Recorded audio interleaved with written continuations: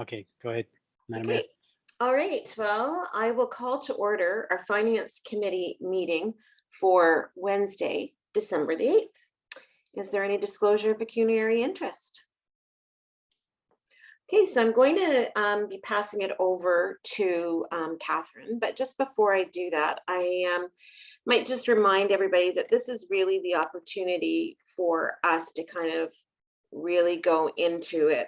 And while we're not going to necessarily go line by line by line, this is opportunity for the committee to look at things a little deeper than when it's presented to council. Of course, all council members, I believe, have received this package, and it's up to them on their own time to go through the budget package, to look at those line items. And certainly if they have questions about some of the recommendations that are coming from staff, then it's up to them to have those communications.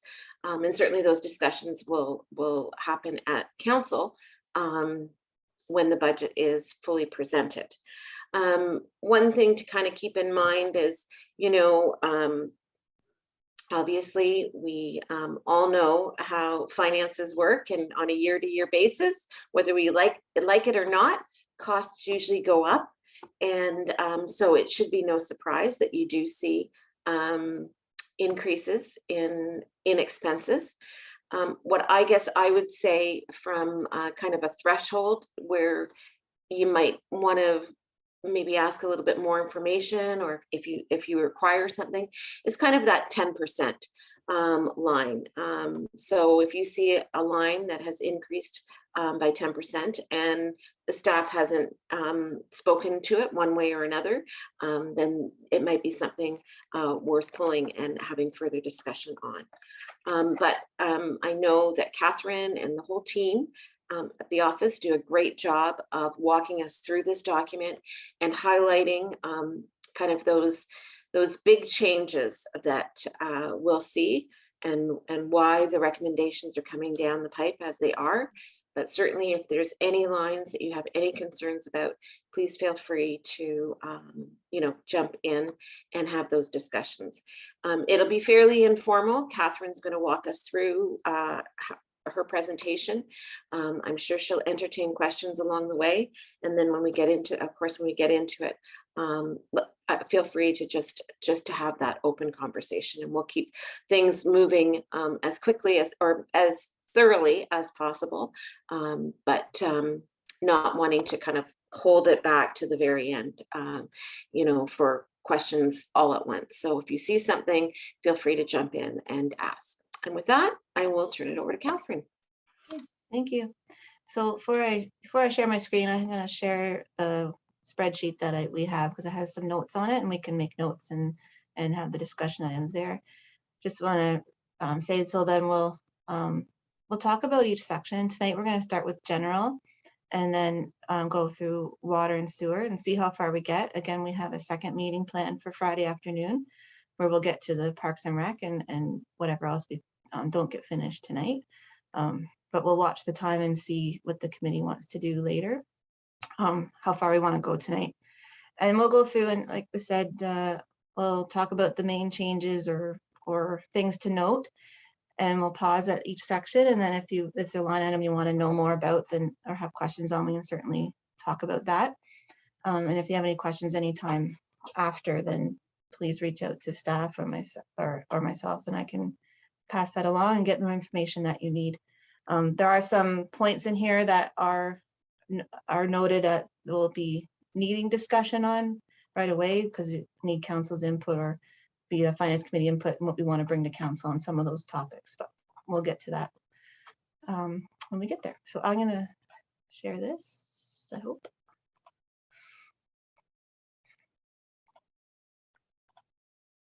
And I'll make everybody.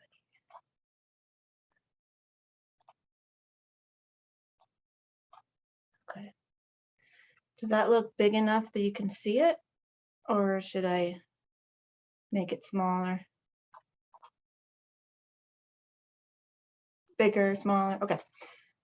All right, so here we are at the general. This is what you have in your package is exactly the printout. I just didn't print all the notes and comments on the side, but this is what you have. So I sort of start at the top. So general, so of course we have the taxation. That's our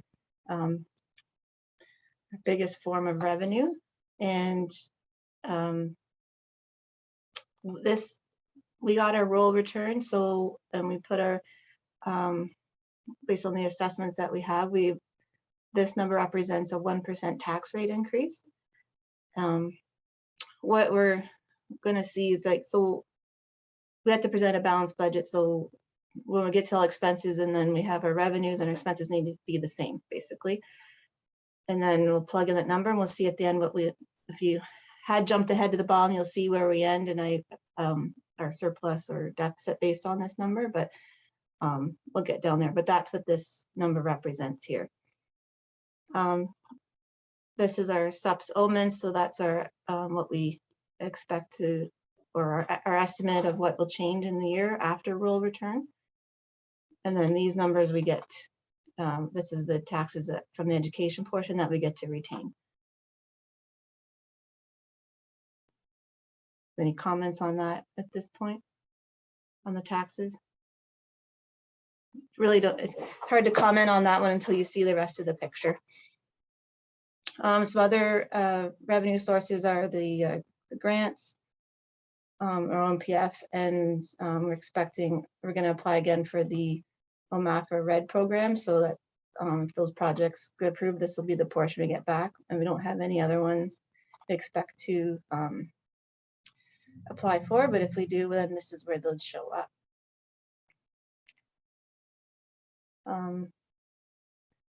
That's also on top of it. Most of it is very similar or the same as last year, all these other grants, and we kept the planning and zoning fees all the same as well, because you don't really know how much activity there's going to be. You can see we're already over this year, but we're going to keep some of those levels the same. I think it'll be that, or it could be better, but that's a conservative estimate at this point. So any questions about any of those grants or planning and zoning fees?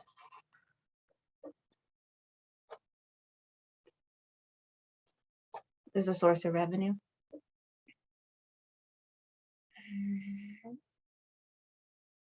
Keep on going. And then we have licenses and permits section. So the big change in here is with the dog licensing program. Since we got rid of that, we won't be able to collect that level of revenue, but we'll still have the kennel licenses, and we only have a few of those, and this $300 represents what we expect to receive for that. And we upped the marriage licenses a little bit. We're seeing a lot more activity with that here, so we'll just reflective of what we had this year. We'll put in up it a little bit for this year, for 2022. Any questions or concerns with that? I have a quick question. Yep. So the dog licenses, that was like approximately $15,000 of revenue in previous years that we're no longer getting because we stopped that program. Correct. Yeah. Okay. So we used to charge like $20 for a dog tag, or depending on for one dog, and then so yeah, we don't require that anymore, so we don't collect that revenue. Okay. Oh, there. And then get down into our garbage and recycling. So this is the fee that we have on, so the residents pay for their bin fees for the garbage and recycling. So I just took the listing from our current listing in Keystone, where that goes, and then I added a little bit for some growth and changes, because we'll see some people added on, but we see some people changing bin sizes and going the other way. So I think this is a pretty good estimate right now based on these numbers here, and I just pretty much just rounded up or see where we would land. And then that would offset, when you see further down, our estimates that we put in for the costs of that bin service. And I'll get down to that in a minute. So I'm not recommending any bin size changes or bin cost, any changes to those costs right now for this year. So I think we cover it or a bit more than covering it right now, given that even I'm going to get down to the expenses, you'll see that where that came as well. Some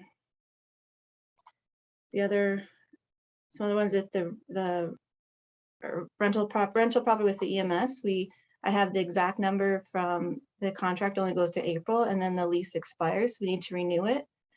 But until we do that, I don't know what that's going to be. So I just estimated approximately $2,500 for the 8 months that we need to get a new lease for. So until that's in place, that's just our budgeted best guess right now. Again, and then we get rent from the county for the library, and a portion I keep in operating to offset the costs of operating that, and then a portion goes into against the capital to help cover the loan.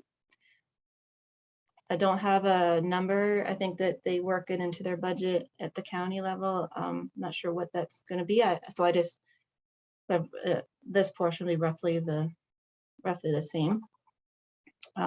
As a best guess, it's probably going to be a bit more than that, but I just keep it at a conservative at this point. I think that's all. The public works revenues, that varies. In 2021, we did the lawn maintenance, but we're not continuing that for 2022. And then we don't know what kind of permit fees and things we'll get. So we're just going to keep that at the same budget level. Is there any questions in that section specifically you want to talk about?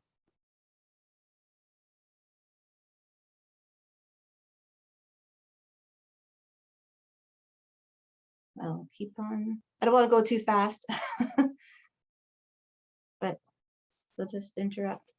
And then this next section, the tile loan, that's loans we have with OMAFRA, but they're completely absorbed by the residents that have those specifically. And so you'll see there's a, when you charge out the taxes, there's an expense that matches that number exactly. And it's lower because there were a couple loans were finished in 2021. So that's just a complete offset. It won't affect the tax rate at all. And then we have this section for fines and penalties. We didn't change anything there. We're seeing levels about the same. So we didn't want to adjust the budget, those numbers for 2022. Just keep those steady.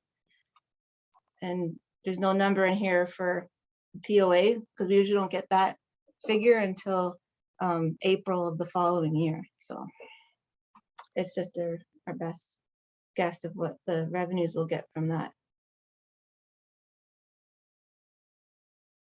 That's the was it something Offenses Act? Provincial Offenses Offenses. Act. Yeah.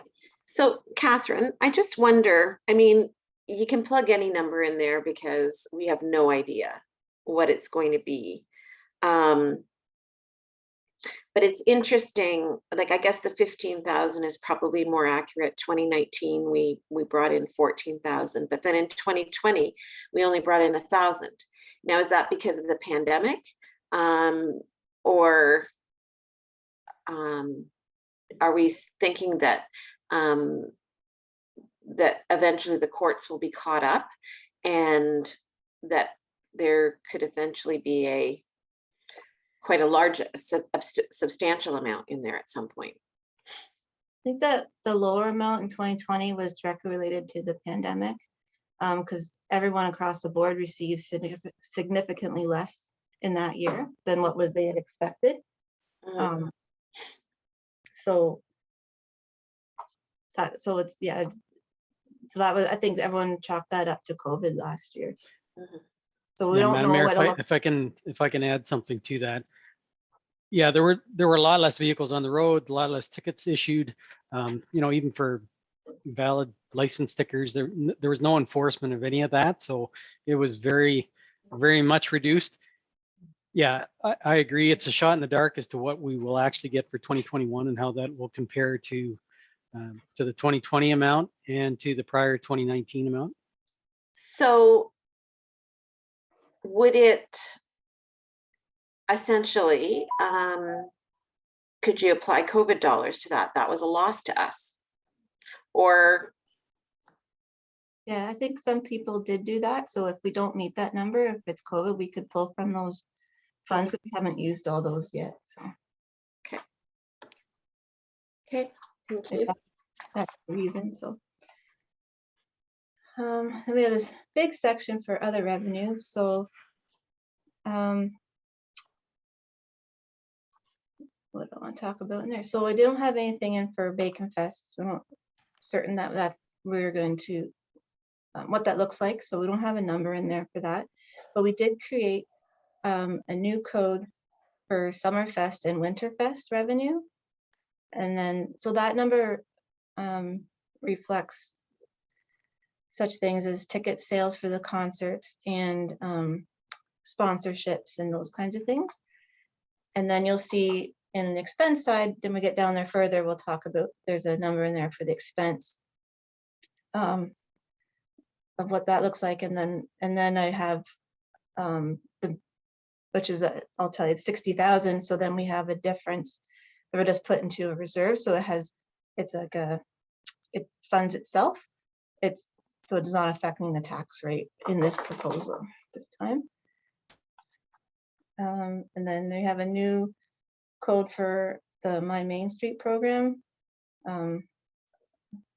Lisa asked me to put that in. There's must be some opportunities for some grants and or funding through.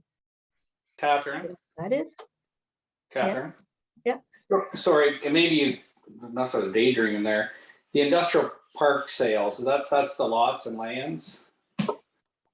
Is that estimated at $0 for sales for next year?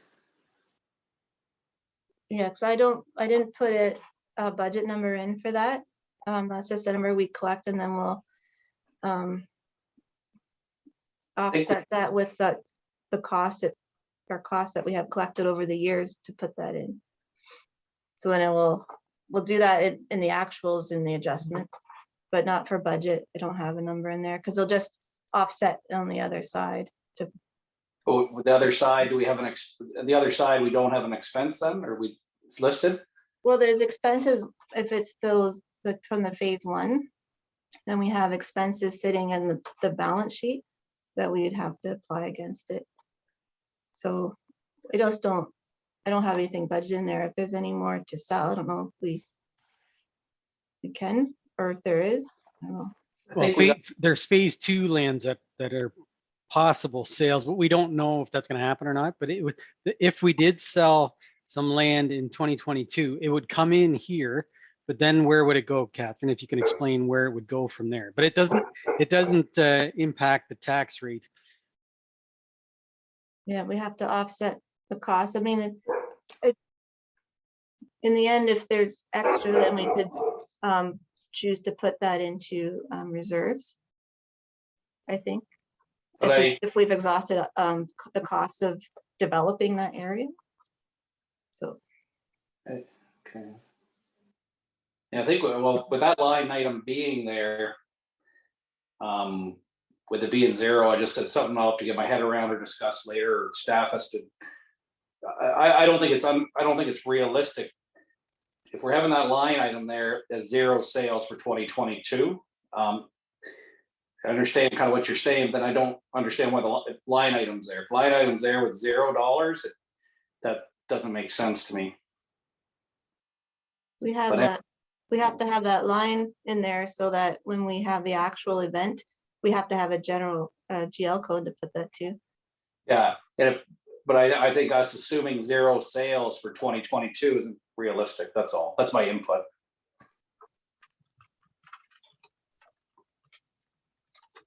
I don't know, and again, it is a guesstimate, but I think I think there could be yeah, I think there could be some sales. There seemed to be high demand for the last lot that came up, and there is phase 2. So I believe so. Anyways, again, something to highlight. Anyways, I'll make note of that and see if I can get more data and information on that. We can discuss further.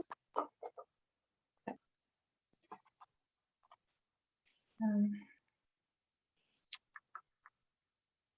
So yeah, just look at all the things that we've changed. So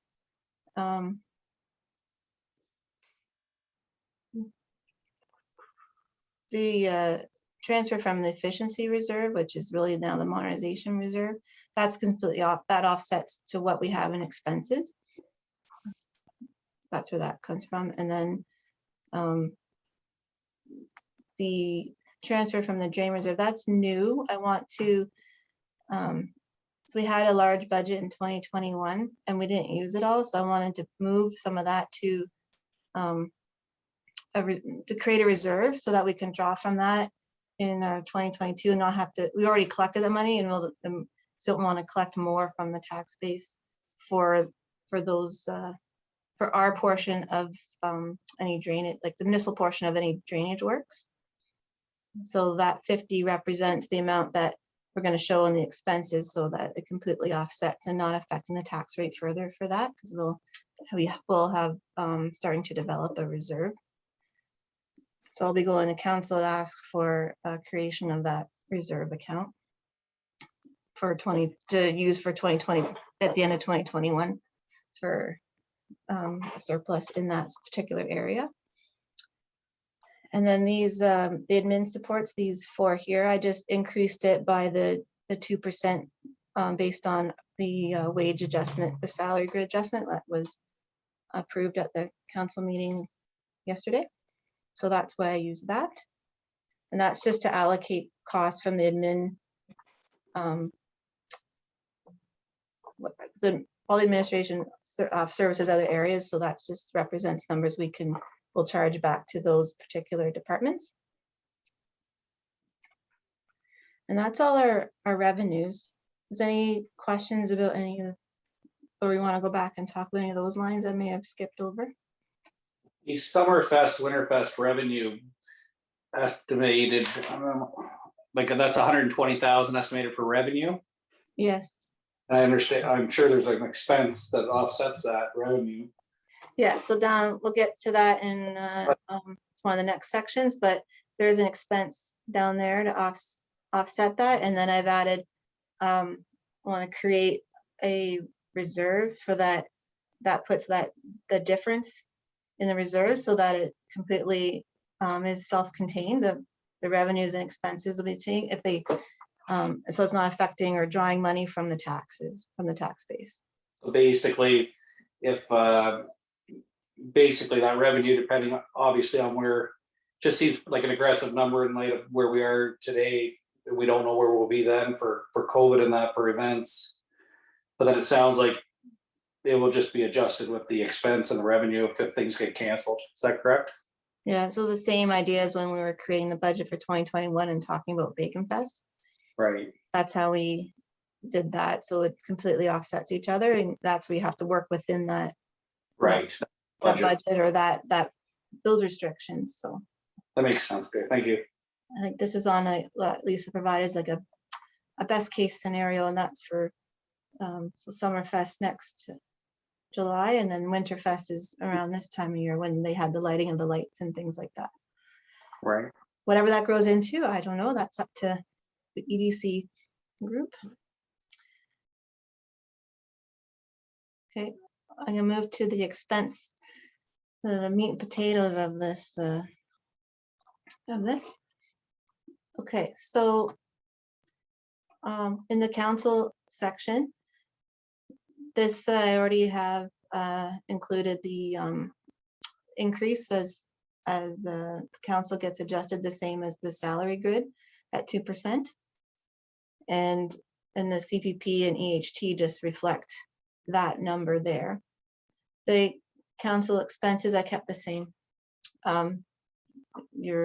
Each member is allowed to go to certain conferences or have different expenses, so just kept that the same. So any questions in that area? It's really just an increased for the 2% on the grid.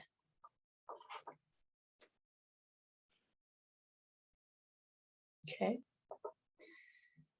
So we get down into the administration. This is the so the first month the excuse me, salaries all the way down to OMERS. That's all except for group insurance. It's all based on the same, the 2% increase. It's the whatever staff was under administration, and there's one person I have to. Has a job that's in 2 separate areas here, so that takes all that into account. And then most of that's just like CPP and WSIB, EHT is all based on that. And then I do an allocation on the group insurance based on the same. I think I use the same number, but it's spread out a little bit different. I took our run rate and created that to figure out what, and I spread that out over the different departments on the benefits side of things.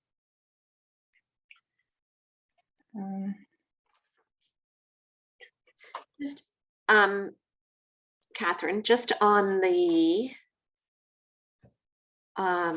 salary, Mhm. with how the one salary is broken up. So 40% of it, and then how's the other 60%? Is that split between the election? Because that position will be taken on with the election, and then okay, so I see. Then the rest of it's under economic development. Correct. I didn't. I should adjust one of these numbers a little bit to include in the election, because I did put a number in the number I have under elections, which is further down in here. That number does include some of that salary, but I didn't adjust for it up here. But it's in, so it's probably, this is overstated, whatever that is, whatever that little amount is. Okay. So I'll go back and fix that up. But that, I mean, that staff person can, I mean, I don't think it much matters how it gets broken up, as long as that staff person just allots it appropriately on her timesheet. Correct. Right? Then we could put it in specific lines so that in future you can see how much the election would have cost. Yep. Yep. Okay. Thank you. So I won't think it's as significant, but I guess this section, I guess technically would be inflated a little bit because I have it basically double counted in here. But I don't think we're talking lots and lots of dollars. But anyway, I'll have a look at that. Yeah. And as I say, I don't think it's like, I mean, we don't have to get down to the penny with this. I think when you come to the year end, as long as the dollars have been appropriately allocated, so that you can get a clear picture of what economic development cost, what the election cost from a staff perspective. You know, I think that's what we'll want at the end of 2022. Yes. Okay. See, this EDC, I kind of kept the same. We have a base amount in there, about $15,000 for projects, and then there's we have an estimate for what we need for our portion of the LMAFRA Red program that we talked about earlier, and the expense side of the my Main Street projects. So that really offsets. Because we want, anyway, when we have an expense, but if we get grant money, we don't flow it through the GL in the same expense line. We show it in revenue. So that's why you'll see some things in 2 places. Instead of netting out, we show it revenue coming in and expenses going out. And then we add the share of the wages and benefits, which I have calculated. So it's roughly, it's just come down a little bit because we had in 21, we had different amount for the MAFA Red project program. And here's the 60,000 for the estimate for Summerfest, Winterfest expenses.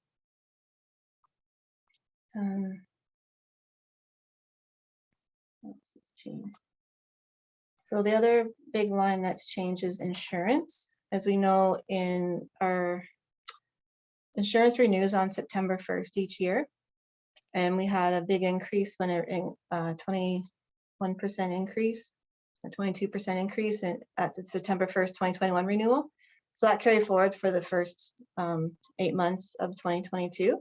And then we had to assume an increase for the September to December of last year. So we assumed a 10% increase to those rates. We felt that maybe, or hope is, or we felt maybe they won't do a 22% increase again this year, but it will be something, and we thought 10% was a good number. Are your thoughts on that? We can change it if you want to go higher or lower on the insurance?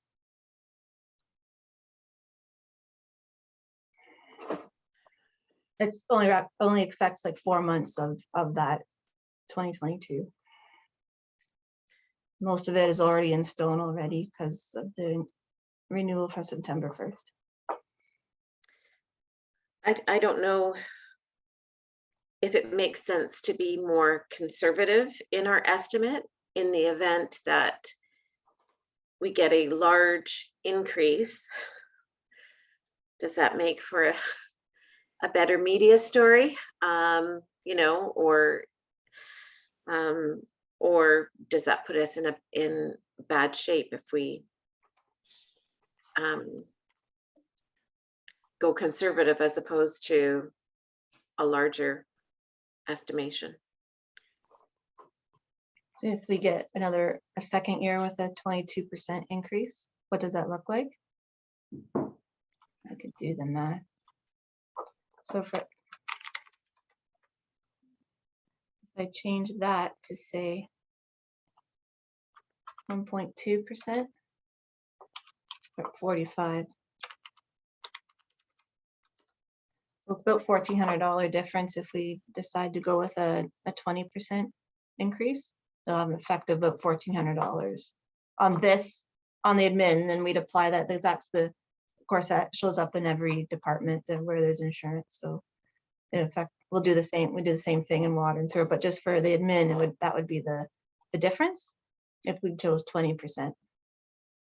So we could put that in, and then it's not big effect, but it's, what do you suggest, I guess? I don't know what to say on that one. Think about it I could do do that on all of them and see what it looks like on different scenarios. Everybody is budgeting for another 22% increase. Does that mean the industry will just increase it by 22%? Oh, I hope not. I don't I know. hope not. I hope not. That's a good point. So we'll keep it as it is for now, or? Yeah, keep it as, I would say keep it as it is right now, but again, I think and I think you do a good job of always reminding us of the insurance situation.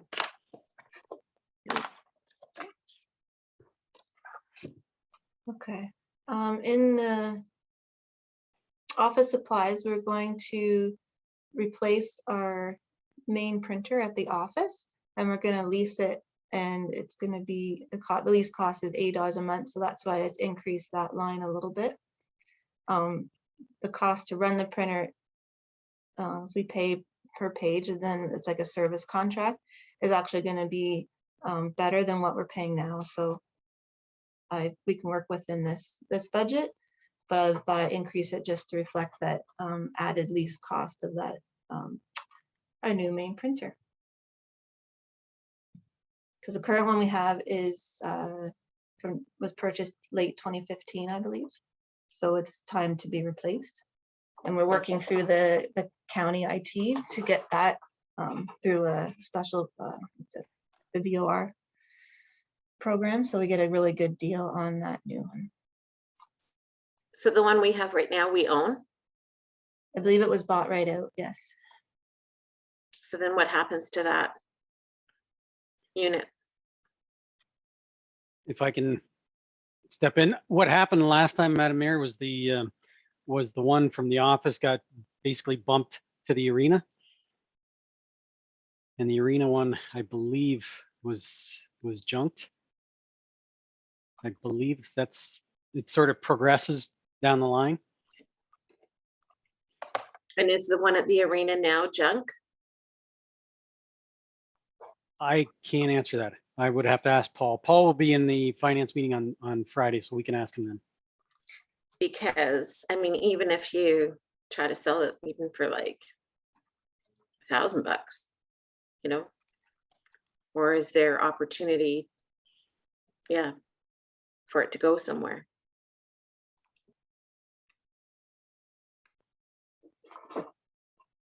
That's a good question. So if we talk about disposal, then we'll have to we could get proceeds, or we just move it off and get proceeds or dispose of the other one.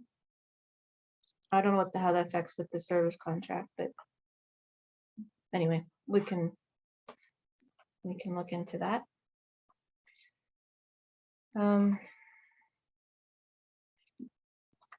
Those big ones. Okay, so the repairs and maintenance, that building, that's for the municipal office. And we brought it down because in 2021, we had a number in there to for the generator upgrades that need to happen.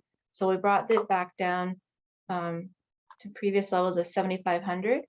And then we added $500 so that we can repaint the lines in the parking lots around this building.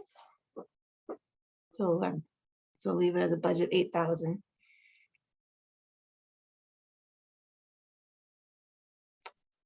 Okay, work within that. I don't think there's any other major repairs or anything at this point to worry about.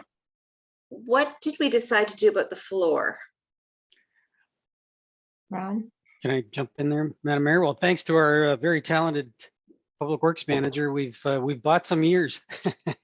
He fixed the spots that needed repairs, and it's so far, touch wood, it's holding pretty good.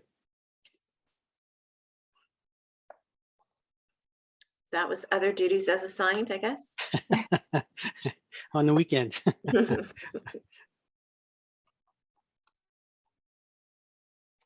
Saved us money anyway. Mm-hmm. So the asset management expense, I put a placeholder number in there for now. We have to, there's a legislated requirements as an update to the further expand the asset management program. And remember that was the due date was supposed to be July 1st of this year, but the government pushed it off to July 1st of next year, where you have to have all your core assets identified, broke out differently, all these different things with them. So we're gonna contract that out, and Dylan did our asset management plan pass, so we'll just ask them to update that. And at time of publishing this, I didn't have a number from them, so I'm not sure if Jeff has more information since then or not.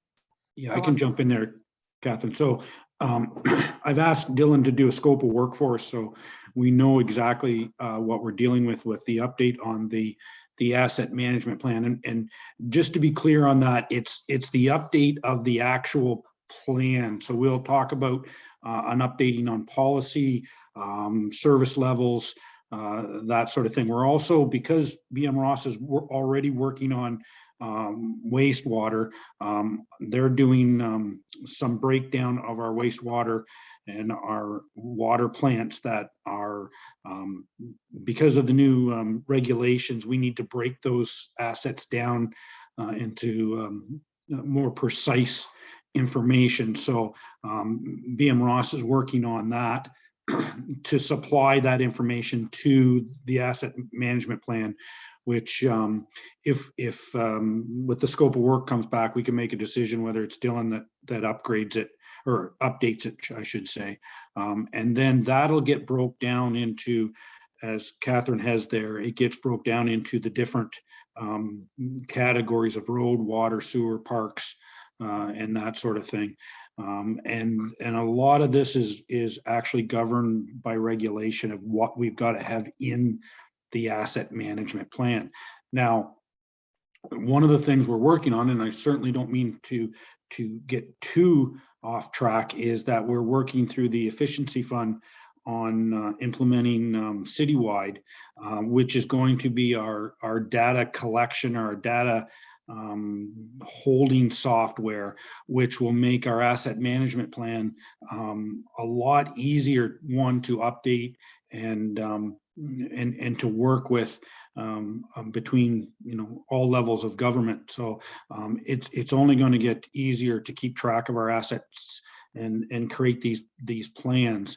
Both Dylan and BM Ross, in any of the work that they're going to do for us, know that we will be using citywide software, and that that anything that they do for us has to revolve around the citywide platform. So yeah, so we're still kind of, I still have to get that broke down. I talked to Catherine about that. That's my responsibility to get that scope of work before we approve the budget.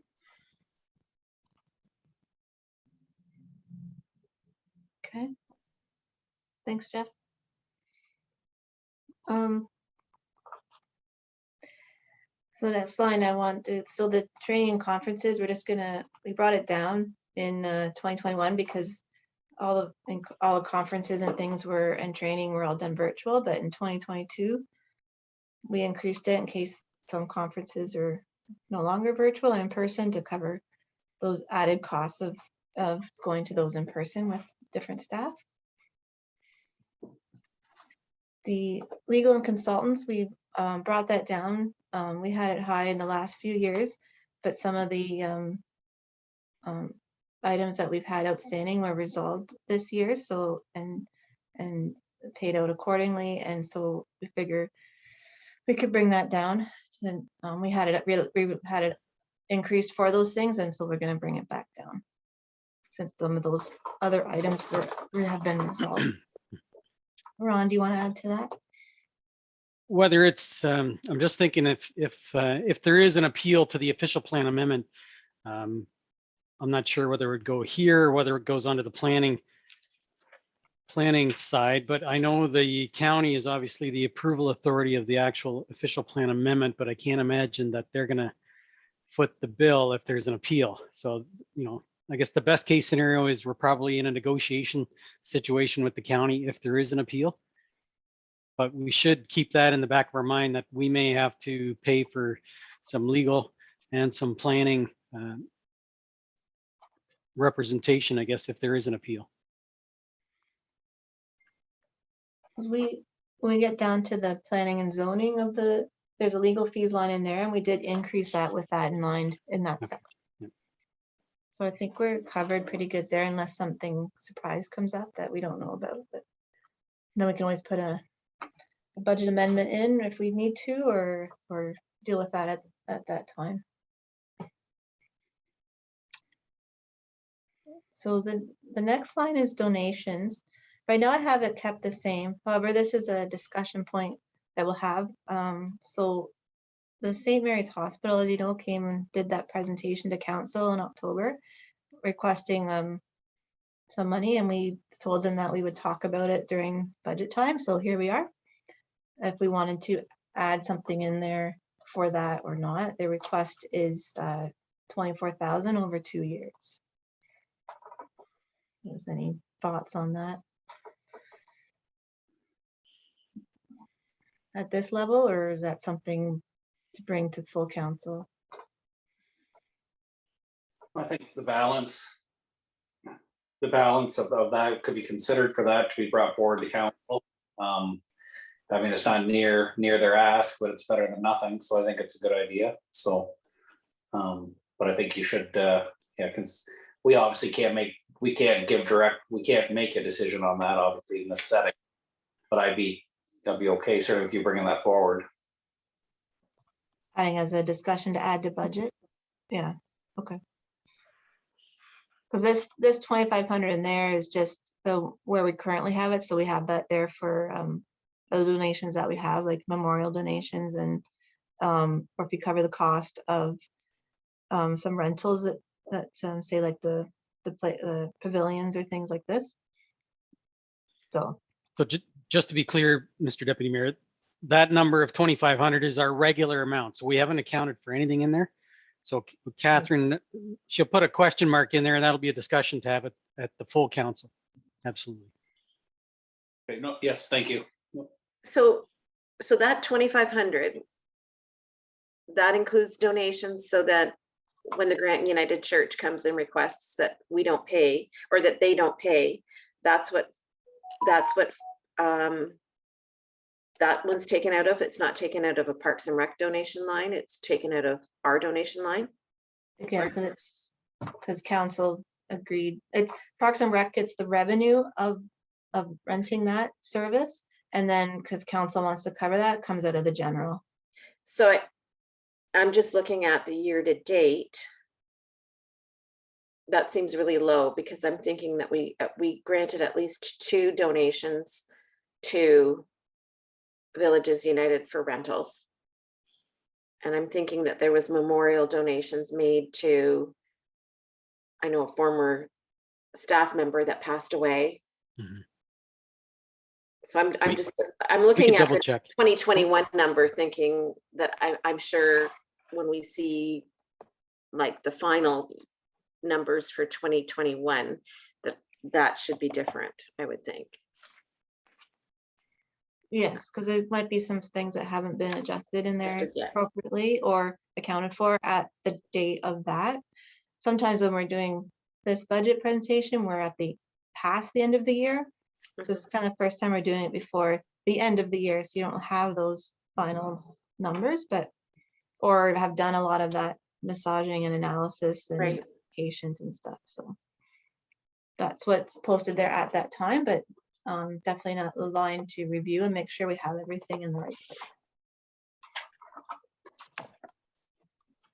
I just have a question about the St. Mary's Hospital amount, just because it seems like a very large amount relative to what we have allocated over the last couple of years. And just wondering if there's ever been, like, historically, maybe a question for Ron, it's been around for a while, but have we ever seen a donation like this large for this type of thing, or is this sort of a little bit unprecedented? To answer your question through you, Madam Mayor, to Councillor Hodgins, in my time, I would have to say we have not. Council has chosen not to do that. And a former mayor told me one time, he said, Ron, he said, I will never agree to this, to make donations and make council look good using taxpayer money. He said that the individual taxpayer doesn't get a receipt for that. If they want to donate to a hospital or something like that, they should do that. I'm trying to remember, we did donate some money to Jessica's house, and I think that was maybe 2 years ago, Madam Mayor. Do you remember the? It was $10,000. Yeah. And 2018. I'm thinking it's Yeah. even 3 years ago, maybe. Okay. I think Yeah. it was We use surplus. 2018. We use surplus money. Yeah. For that donation. Yeah. But Okay. that's about the only one I can remember. So. Thanks. So those are always tough. Those are always tough because they're very good causes. And you know, we had one a few years back from the Exeter Hospital, the same thing. You know, those are tough things for to decide on, and they're all worthy causes. And it's tough because, you know, hospitals are not a municipal, it's not a municipal responsibility, it's a provincial responsibility. And to a certain degree, you know, we can argue philosophically, we're assuming payment for something we shouldn't have to assume. That should be a provincial expense. So, you know, there's pros and cons to doing to doing it. It has to be ultimately a council decision. Okay, yeah, thanks for the background.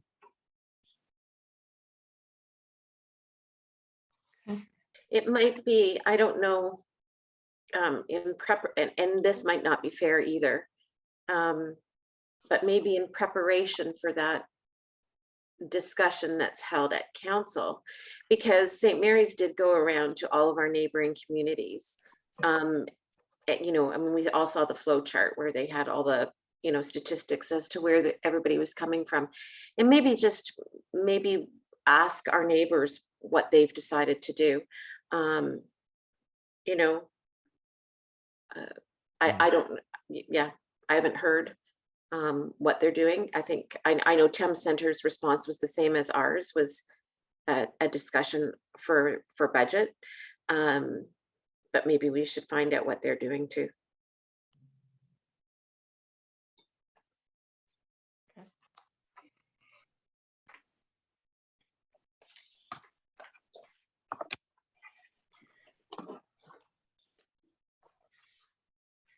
Okay, so the next line is the election line, and obviously that's an election year in 2022. So we put in an estimated amount of 20,000 for the cost of running that election. In 2018, the cost was 18,000, so we just upped it a little bit there. Lisa felt that was felt comfortable with that number as well. So just a point of clarification on that, this upcoming election in 2022 will be our third sort of electronic or digital election where people can either pick up the phone and vote or go online. And you know, we've had great success with it. I think, you know, it's very well received. Lisa does a great job. She gets out to the older apartment buildings, the Lions Parkview Place apartments.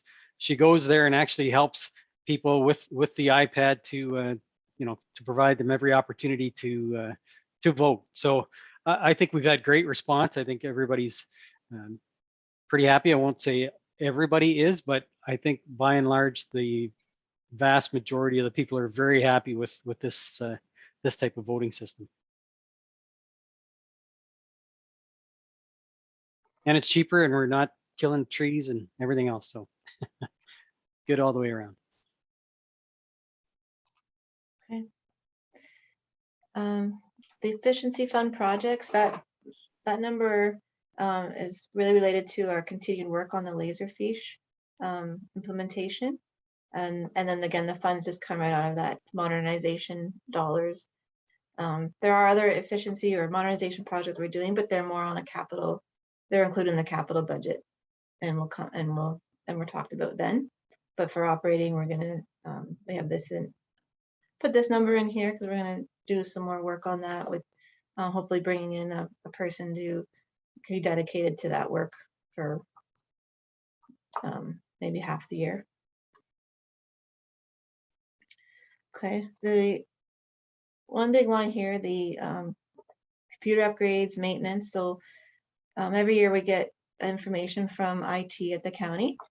And so I'll just go through that a little bit. So I have some math there. So we have a service agreement with IT. They provide support throughout the year, and the cost of that they've estimated for this year for 2022 is $20,260. And then we have a number of required like the software maintenance and things that we already have existing, licenses, renewals that happen on an annual basis. And that's $14,950 of that number. But new for this year within that number is $5,000. That is the annual maintenance cost for our new website. So we don't really have a choice. That's the big change in that particular line. For the $14,950, $5,000 is new. And then the hardware replacements is $2,280, and that's because we had about 5 4 computers that we had to come up for renewal, and we're only going to replace 1 desktop. We're going to, the others are either going to transition to using the laptops that we got for them last year or in previous years to be their full-time computer, and so that continues to be the way you want to go. Is instead of replacing desktops, we're going to replace with laptops, but some people already have them. We're just have lower costs to maybe set them up with the docking station or another monitor or like wireless keyboards and mouse and that kind of thing. But the one that's going to replace the desktop is for the reception, where that's not a job that can work remotely.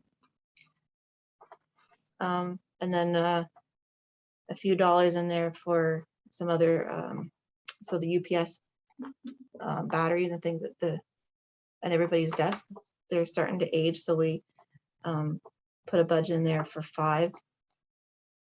That's the 2,280, and then the new hardware is $20,450, which is, so we have $4,900 for laptops, which is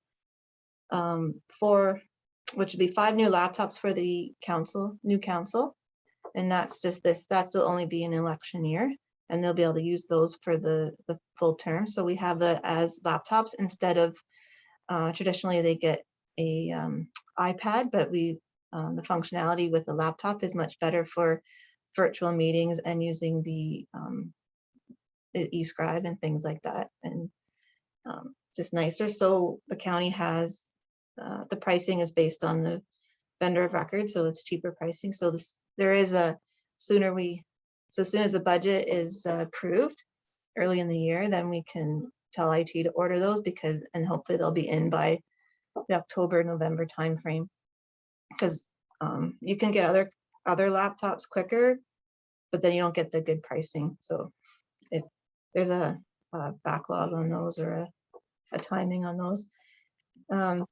Then we have $1,500 for for our Keystone. So we keep the Keystone server local here, so we need to upgrade that. That's our Keystone is our main ERP where we do all our good work in there, taxes and billings and all those other things.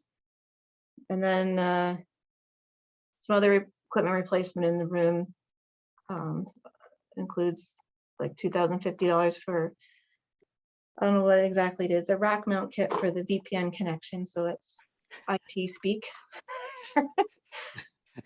Please don't ask me to explain it either, because I can't. I was going to ask you in detail what that was. It's the big thing in the one room. So there you go. Keeps us going and stuff, like, because VPN is what we have to connect into, so we can work remotely. If you have any more questions on that, then you can reach out to Chris Bailey at. I have to put in a plug for the county IT department. They've been wonderful to deal with. That is one thing that I do not worry about when I go to sleep at night. I'm not worried about getting hacked or anything. I shouldn't say getting hacked, but they've done a great job with all their backups and everything. I feel very comfortable with the service they provide us, and I think that's it's a great service. So can't say enough good things about them. And the other, I agree for sure. The other big number in there is $12,000 for our new phone system. This is not for the actual phones. It's the stuff everything plugs into in the server room. We're at the end of our support system with that, but then this new way will be is better and somehow integrates with the county. So that's the cost. I don't think we have a choice on that, according to Chris. That's that big number. And then I added $1,000 for contingency. So if it's like a monitor or someone's small printer in their office goes, then we have some money in there to help offset those. We don't expecting that, but we're going to do when IT gives us this big list, they give us all the details of all of the different equipment that we have. And so what we want to do before the next budget season is do a deep dive into those lists and see who has what monitor, who has what little printer, all that stuff to get clean up that list. 'Cause right now there is a few errors, but it's probably mostly it's good, but there's a few things in there. So we just want to make sure we know what people have, what state it's in, and then make a better budget. Maybe in the 2023 budget, we'll have more specifics, like we need this many monitors, this many little office printers, or what have you. So we just wanted to make sure we put $1,000 in there to have a contingency in case something goes in 2022. And that's what makes up that number from IT. Is there any questions about that or any other lines in that administration section? Is I'm just looking at your previous slideshow presentation. There was the new budget software, the Questica. Is that included in this, or is that somewhere else? No, that'll be included on the capital budget. So this is just the operating budget, and we have a separate capital budget is under Fund 10. This is Fund 00, which is general government for operating. So that's just all the regular stuff, I guess I could say. So yeah, Questica will show up in the other capital budget that we already had talked about. Okay. And maybe a similar question to what Kathy asked about the printer. With the council switching to the laptops after the election, what happens with the old iPads, I guess? Can I, Madam Mayor, through you to Councillor Hodgins. After 4 years, those iPads have a value of basically zero, so they just stay with the existing member of council. So they retain them. If they want, they're more than welcome to donate them to the library. The library would be happy to have them. Okay, thanks. Okay. Anything else at that section? If not, I'll move to the next one. Okay. So the expense here with for the fire department. So we fund from our tax base contribution to our 2 volunteer fire boards. And this year, what those numbers reflect a 5% increase over the prior year for that levy. Their share of the levy. And there was discussion at the Rudolph Blanchard Fire Board meeting in 2021 for council to consider increasing that to a 10% increase rather than a 5% increase, so they can start to build reserves. And if we do that, then if we do that for one, we'd increase both Lucan and the Granton Fire Department by the same rate. So these numbers here represent the 5% increase. And then I did some math over here. If it was 10%, then it would be an additional $13,560 added to the budget if we wanted to go 10%. So it's not a lot of dollars, you know, you won't buy a truck, but I mean, it's gives them more. If I can jump in Go at ahead, this Ron. at this point, just to make a comment.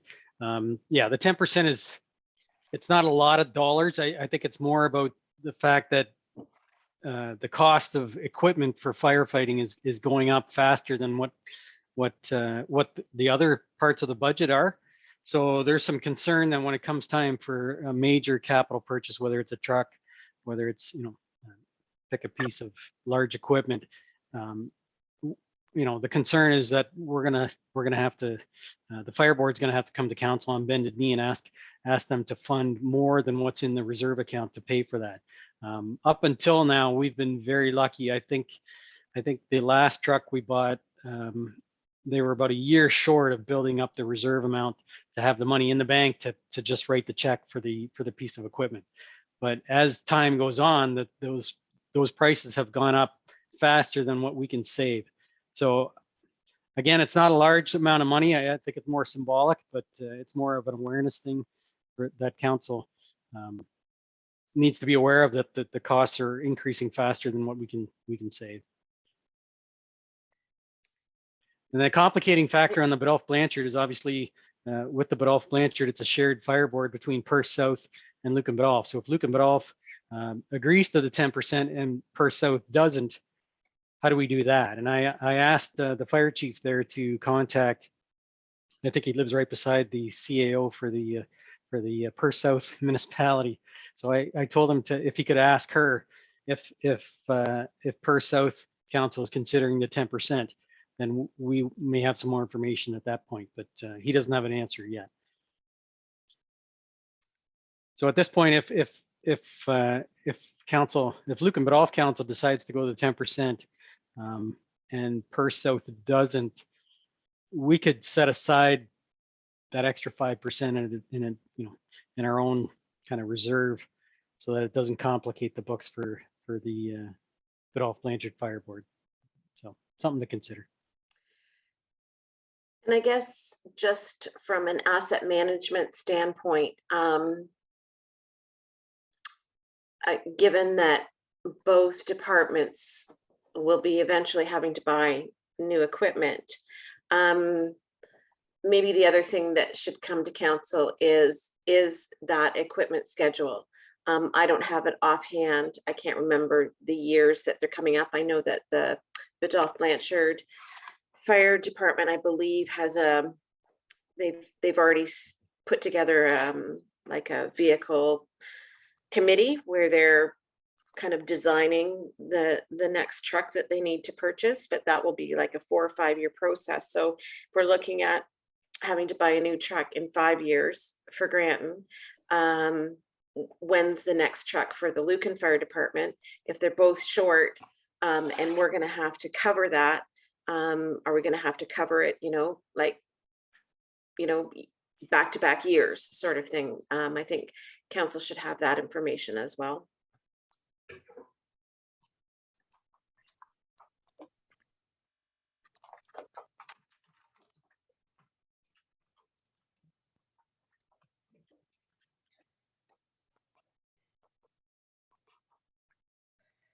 Okay. The policing budget, so we kept it the same as this year, even though as the 2021 level. So they gave us, so we get a number from the OPP every year, and the number they gave us for 2021 is 655. But I think that's low because of it's based on activity from the other year, which in 2020 there wasn't as much activity. So it was suggested maybe we just keep the funding in our books the same at 670. And Madam Mayor, that's to stay away from the dips in the hills and the valley here, trying to smooth out, because we know darn well everything's returning back to normal. We've seen it in the fire department calls. I think if Dean Croker from the OPP were on this call, on the Zoom meeting tonight, he would say the same thing. So I think we wouldn't be doing a service to the municipality, to the taxpayers, if we lowered it artificially and then have to raise it back up again the following year. So Catherine, if you want to sort of describe what we do with the difference, that would form part of the surplus, and it could be held in a reserve to be drawn from the following year if need be. That's where it would go. Yeah. It would fall into the surplus, and then whoever you decide to do with that, you could do something specifically, or just sometimes the surplus goes right into a tax stabilization reserve, and then you can draw from that. And you're talking about the following year's budget, if you don't want to raise the rates too much. Okay.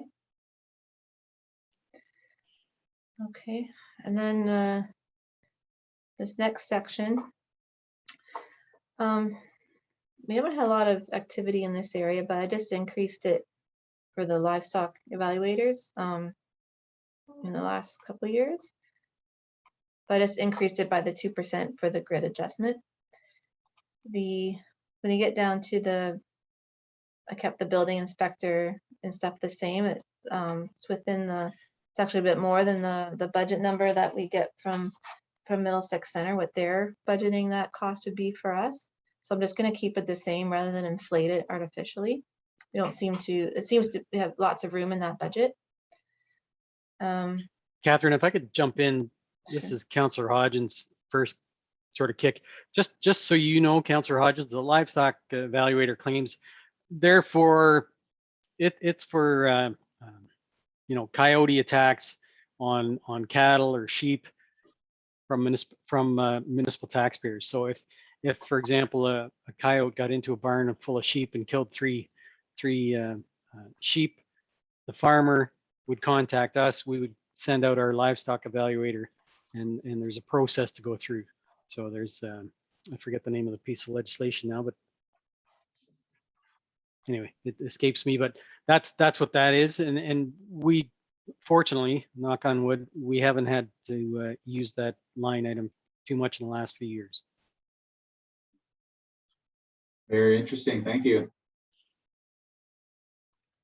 Our health and safety line I kept the same, even though we don't seem to be using that as much as with previous budgets, but we're thinking about bringing someone in to help with some of the policy updates, so that we're gonna keep that cost there so we can cover what that would be. The cybersecurity, 8,750. That number came from county IT, and I wanted to keep it in this specific line because that's what it's for. And these are some different programs that they have to put in place. And it's almost needed because we might not get cyber security coverage through insurance without having these programs in place. So that cost is something that IT needs, the programs they need to put in place. And I'll give you an example. There's some different kind of training, like phishing training. There's implementing multi-factor authentication. There is access management tool, and there is disaster recovery and business continuity IT related material, and then that's the bulk of it at $6,000. We're going in with how it was explained. We're going in as the whole county, as a group, everybody in the county. So he says if we did it on our own, that cost would be $30,000, not $6,000. But they're still negotiating, and maybe that cost may only be $5,000 because we're all doing it together. So that I put that on a separate line. We've IT in the past added in the last couple of years asked us to add a line for cybersecurity specifically in our budgets, and this year they gave us a good number for the programs that they want to put in place so that we can be considered for insurance in this area, because it's becoming a bigger deal in these times. Okay. No questions on that? Okay, and then the some question marks here about the bylaw officer salary and expenses. Right now we utilize the bylaw services through Middlesex Center. So I'm going to keep those the same, but the question marks are there is if we need to enhance that service or bring on another individual or have our own individual for that service, if we need to expand that. I think it's the discussion that you had on that. If I'm not wrong. Is that correct, Ron? That's what we. Yes, I was going to say we've had this discussion at every budget meeting, I think, for the last few years. At some point, as our population grows, we are going to sort of cross that threshold where we'll get more and more into property disputes, bylaw enforcement issues, and we're already starting to see a little bit of that. So that it's coming. So I do think Catherine's got the right idea to leave it in there, because one of these times, if we get one large case, that amount of money can get chewed up fairly quickly. So.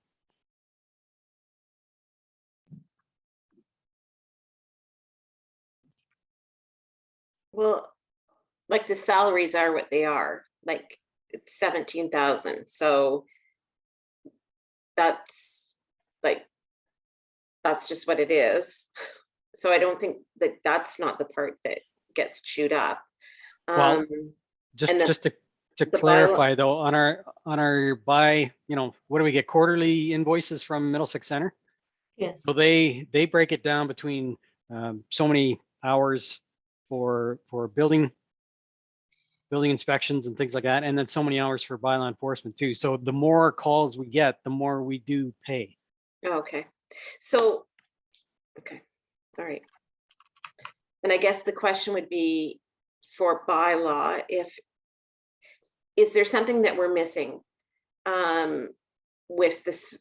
And I don't mean this in any way to be disrespectful of the relationship we have with Middlesex Center, because I think we can all agree that it's been a great service and it's worked well for us. But is there anything that we are missing as we're growing? Are they able to provide everything that we need them to provide? Yeah, I hear you, and I think the best way to answer that is right now we're kind of being, I guess the word is reactive. So we wait for someone to complain about something, and then we'll send the bylaw enforcement officer out. I think eventually council as a whole is going to get pushed to do more sort of proactive things with regards to derelict vehicles, or we've had a couple of incidents where trailers have been occupied for longer than what they should have been, and nobody really complained. Suddenly we get the complaint called in, and then we pursue it. So it's kind of a reactive program as opposed to a proactive. So if it got to the point where council says, okay, that's enough, we need to get ahead of the curve a little bit. If the number of complaints get to a point, I think that's when you cross the threshold and have to get more proactive as opposed to just answering complaints. Do you mind if I jump in? One of the things I've noticed is bylaw seems to be done by a lot of the departments. I know I don't think there's anybody in PW that hasn't gone out and done bylaw work. We do, I don't want to call it investigation, but we look into things, and it comes to a point where if we've got to lay charges, then we're calling for assistance. And I think Paul in the Parks and Rec are starting to see that also with damages and people overextending property lines and that sort of thing, which isn't a problem, but it takes away from what other things we're doing. And it would be nice to have a little bit of extra support there, because I see it becoming an issue as we grow, particularly as our towns start to expand. We start to see some of this stuff pop up, and the comments I get is, for instance, why is there a trailer that's been sitting in the wrong spot for way too long? Well, it just hasn't got caught, right? We're not being proactive enough maybe in some of these situations. It's just some of the comments I've seen over the last little while is just a part of that. I think there's definitely something to look into how we do bylaw, personally.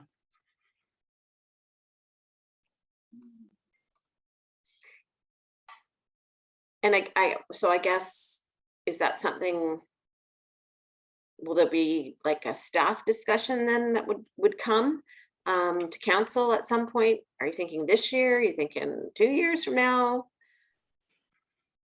Yeah, I think we'll eventually get to that point where staff goes, okay, you know what, we can't continue to do this. And then at that point, staff will be making a recommendation and a report to council, asking for additional. Yeah. Another, maybe just a quick comment on that. I'm assuming what's happening now is what you're saying is it's driven by complaint. So they're dealing with a complaint. It's easy to quantify the bill. They send you the bill and it's done. But I don't know if staff has given them direction to actually, patrol our community and go ahead and be proactive and getting a bill for 2 hours. And maybe you are getting this bill, I don't know. But if you're not getting a bill for 2 hours proactive and they have time, that that our municipality is not opposed to them doing that, I think that would be maybe not a bad conversation. Yeah, I certainly haven't had that conversation with Arnie. He's obviously the chief building official and the chief bylaw enforcement officer. You know, I think I think they did have a hole in their department. They're down one person at the moment, I think, but we have not had that discussion as to whether he has time or whether he can afford to give us more time for one of his people to Yeah, be one- more proactive. Yeah, Yeah, that's all. we Yeah. can have that discussion. Yeah. Yeah, that we're not opposed to, or potentially not opposed to that. I'm certainly not opposed to that, getting bills for being proactive or what they find during their proactive patrol as opposed to driven by complaint. So thank you. And council has previously, and I don't think they've done it for a while, but you know, in previous years, and I'm talking maybe 10 years ago, where it got to the point where derelict vehicles started to become an issue. Council gave direction that, yeah, we want to be proactive on that. Can you please have the bylaw enforcement people do a tour of the entire municipality and with a specific aim to reduce the number of derelict vehicles? So we can do those kind of spot things as well. We- No, we're good. Can we just go back, sorry, Catherine, to the building inspector? So for the last 2 years, we've had the budget at 72,000 and you're keeping it at that, but we've spent nowhere near that money. I mean, I guess there's still another bill to come in from Middlesex Center for the last quarter. So do we think it's going to be a $30,000 bill? Are we going to be close to that? I don't know until I see the bill. Based on an email that we got from Arnie that that the budgets that they assigned to Luke and Badal is for the for building inspection, including part of the CBO plus benefits plus mileage is 75,000, and we have this in at 80. So I don't know if we could bring it down, or I could just leave it the levels the same in case there's more activity next year. But that's what they've allocated their costs in their budget and what they're going to expend out to us, and that's their estimate is around that. So No, that's fine. That is fine. If that's what they think, then okay. yeah, they have, I can show that it's half of an inspector, it's only half a body, so I'm not sure that's, I can't comment on how they chose to budget, so No, that's fine. that's how they allocate their costs. We'll see what happens. I guess we'll keep watching that as we grow, and maybe that will get more to those levels. We'll see. I was gonna bring up the same item, and just like, I'm wondering if the implementation of the cloud permit software is maybe, reduce the amount of work they have to do. I'm not sure if the timing of that was similar to when the expenses were reduced. Madam Mayor, if I may jump in, I totally agree with Councillor Hodgins' comment there. I think our predominant activity is with established builders, and they're very comfortable and very used to the cloud permit system. So it's a little more streamlined for our building officials. They know they're getting the right plans in. Everything's sort of cookie cutter style, and it goes on fairly easily. The time gets spent with with the person who wants to build his own garage kind of thing in his backyard, or a one-off type thing where it's not an established builder. Those are the cases that take much more time than the builder in one of the established subdivisions who's built already 25 houses in the year already. So I would agree with that comment.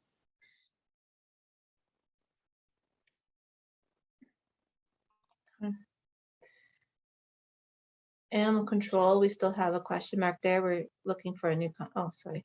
Ron, you want something? Yeah. We're not having much luck so far. I think we're going to have to go further afield. Talk to Arnie Marsman, and I think I might have mentioned this at last night's council meeting, but the Middlesex Center uses an animal control company that's quite far away, actually, in Oxford County. That's getting quite far, but we're not getting too much luck from sort of our local area or within, say, 20 kilometers of our municipality. So yeah, that number is probably going to be more than $1,000, and it might be 4 times that. I don't know. I'm hoping we're going to be able to negotiate, because again, we only had 4 dogs picked up last year, and I believe it was 5 dogs the year before. So I'm hoping that whoever we get is going to be fairly reasonable, even if it's a larger cost per call as opposed to a retainer kind of thing. So yeah, that's a big question mark. Okay. The this last line here on the Crest Awards and dinners, and we added increased it a bit to account for in election year. We have a dinner that celebrates the outgoing council and welcomes in the new council. So for 2022, we'll have we added a cost to cover that, and then we have some additional larger service awards next year as well. Any further questions about that section? Okay, moving along then. The Conservation Authority, those numbers come from them. The estimate from ABCA was up 4.01%. I don't have a final number from either of them. It's usually about the same as what they estimated. I don't have Upper Thames yet, but I assumed another 4% for this first draft of the budget.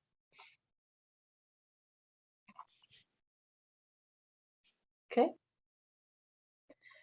Then we move to Public Works and the roadways. And before I pass over to Jeff, I'm just gonna make a comment again about the salaries and sections for the different way it's broken down. We have Public Works broken down to like roads, winter control, the hard top, loose top, and those kinds of things. But the salaries and all and those sections, you don't really, they're all based on, again, the 2% salary grid that now has been approved. And then the way we want to allocate, we did do a few minor allocations in Jeff's department that he gave me. So that might be the numbers are a little bit different that way too. But I'll let, and then the insurance was the same 10% increase as we talked about already in general. So then I will pass it off to Jeff to explain or talk about the rest of his budget there. Okay, thank you, Catherine. So I'll start just after insurance at the work clothing. That budget hasn't changed in a little bit. Some years, as you can see, we're a little bit higher, and other years we're down a little bit. It's generally, as the clothing is wore out, it's replaced as needed. We don't have set amounts that we give out to each employee. It's on a as need basis. So we in 2020 we did spend 2,800, but I think it's reasonable to keep that one the same. Locates, we're running roughly around about the same. Again, just making sure I get the right line items and stuff. We go to the repair and maintenance on the Public Works building. It's down because we did have a one-time generator upgrade. We now are certified for TSSA at the Public Works garage, so it's back down to 9,000. Our Freightliner truck, we've held it the same.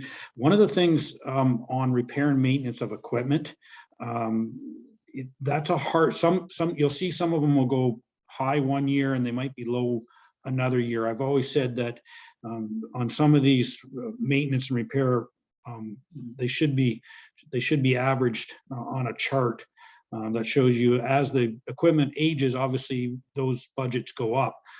but they can spike and go up and down in a year, which we really don't have a lot of control over. So the 2015 Freightliner, it's the middle-aged truck. We kept it at 10,000.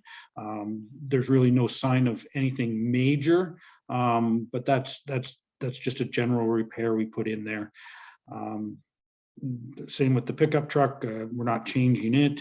The chipper, the trackless. We raised the trackless up a little bit. We added 10% to it. It's a budget that, again, it started off as a new piece of equipment. I believe it's 3, 4. It's going into its 4th year. So as a new piece of equipment, the maintenance level and repairs are fairly low, but as we go, we have to start to increase that. So we added a 10%, and if we slowly each year kind of raise that, it should work itself out. The 2013 Western Star we have in at 10,000. It's again kind of maybe a placeholder there. Maybe should be up a little bit, but we'll see how that goes. The flower truck, again, it's not really changing. Some of these we don't change too much. The grader one. So here's a good example. We have 10,000 in for the grader. This year we spent almost 30. That was due to the motor issue we had, where the oil cooler was sending the oil in through the coolant system. We had to basically take the motor apart and flush it and put it back together. If you look in 2020, was a more normal year, so we kept it at 10,000. We should be in that range. The grader is a 2008. I think it's due to be replaced in 2023, so we'll keep an eye on that. But we've got it back and it's running in good shape. Backhoe, again, no changes. This year we got some tire expense, I think, coming still due. There's some repairs still to come due. Some of this equipment, we do repairs and maintenance prior to the winter season. It's a time when our staff and we can prepare for the winter season. So for instance, I know the backhoe has, I believe it's I don't know if it's rear tires or front tires. There's a set of tires coming for the backhoe. So it'll be, again, it shouldn't be over the 3,000, but it'll be in the ballpark there. Vehicle permits, again, that doesn't change. We did redo those, or we did get that corrected. I'm not sure why in 2021 hasn't shown up yet, but we have purchased. I thought Julie did that. So That's because I posted the expense today. It was part of our November statement, so. Oh, okay. We're Okay. caught up. Okay, so then, and then we have the Ram, the 2017 Ram pickup truck. You can see how we just keep it at 750. Maybe we could lower it, but really we'd be going up and down, because I know as that truck ages, we have a set of tires that is going to come due on it shortly, and that sort of thing. So we may not hit it every year, but there'll be coming a time when that'll grow into that. The 2017 Freightliner, yeah, it's a tandem truck. It probably, as it goes, it starts to age. It should catch up to the other ones and start to get closer to the 10,000 budget. So we did add 10% to it, just to kind of keep up with the budget there. And again, it's a hard thing to exactly know what repairs are going to come up on it. But if we don't slowly increase that budget as the equipment ages, you get caught and you have spikes that, which we try to stay away from. So 2000, that's the new pickup truck. Again, we put in 750 just because we're not sure what's there. It should never get that close. It's a brand new pickup truck, but you just never know what might pop up there. We had a windshield stone go hit it. We're just replacing the windshield on it as we speak. Equipment rental, we didn't do anything there on equipment rental, but we always keep a spot open for it depending on what pops up on construction and that sort of thing. Fuels, we did not raise this year. We lowered them actually in the 2021 budget, I believe, but we're not, even though we're down in 2021, I don't want to lower it anymore because I know fuels gradually increase this year, and we're actually, you know, going to catch up to those numbers. So we did lower them a bit in 2021. Some of that, to be honest, just so everybody kind of has an idea, particularly on our diesels, winter is our biggest use on our equipment. You know, if we have a hard winter, our trucks go constantly, and the fuel will go up. We have a warm winter, or we have a winter where we're not doing a lot of snow removal. Actually, it shows up in these costs. You know, through my experience, you'll see a lot of PW departments, their largest fuel usage will be January. And I guess that's kind of a given because that's what we're here for, is snow removal, right? So greases and oils. I got to keep an eye on this one. The guys tend to, sometimes the oils and stuff get put under supplies. And so, but anyways, we keep that budget at 2,000. I think that's reasonable. We used a little bit more in 2020, but shop supplies, we did increase it $5,000. I want to buy a more for the use around the lagoons, around the swim ponds, some of these areas where we go out and we hack down the large grass and weeds maybe once, maybe twice a year.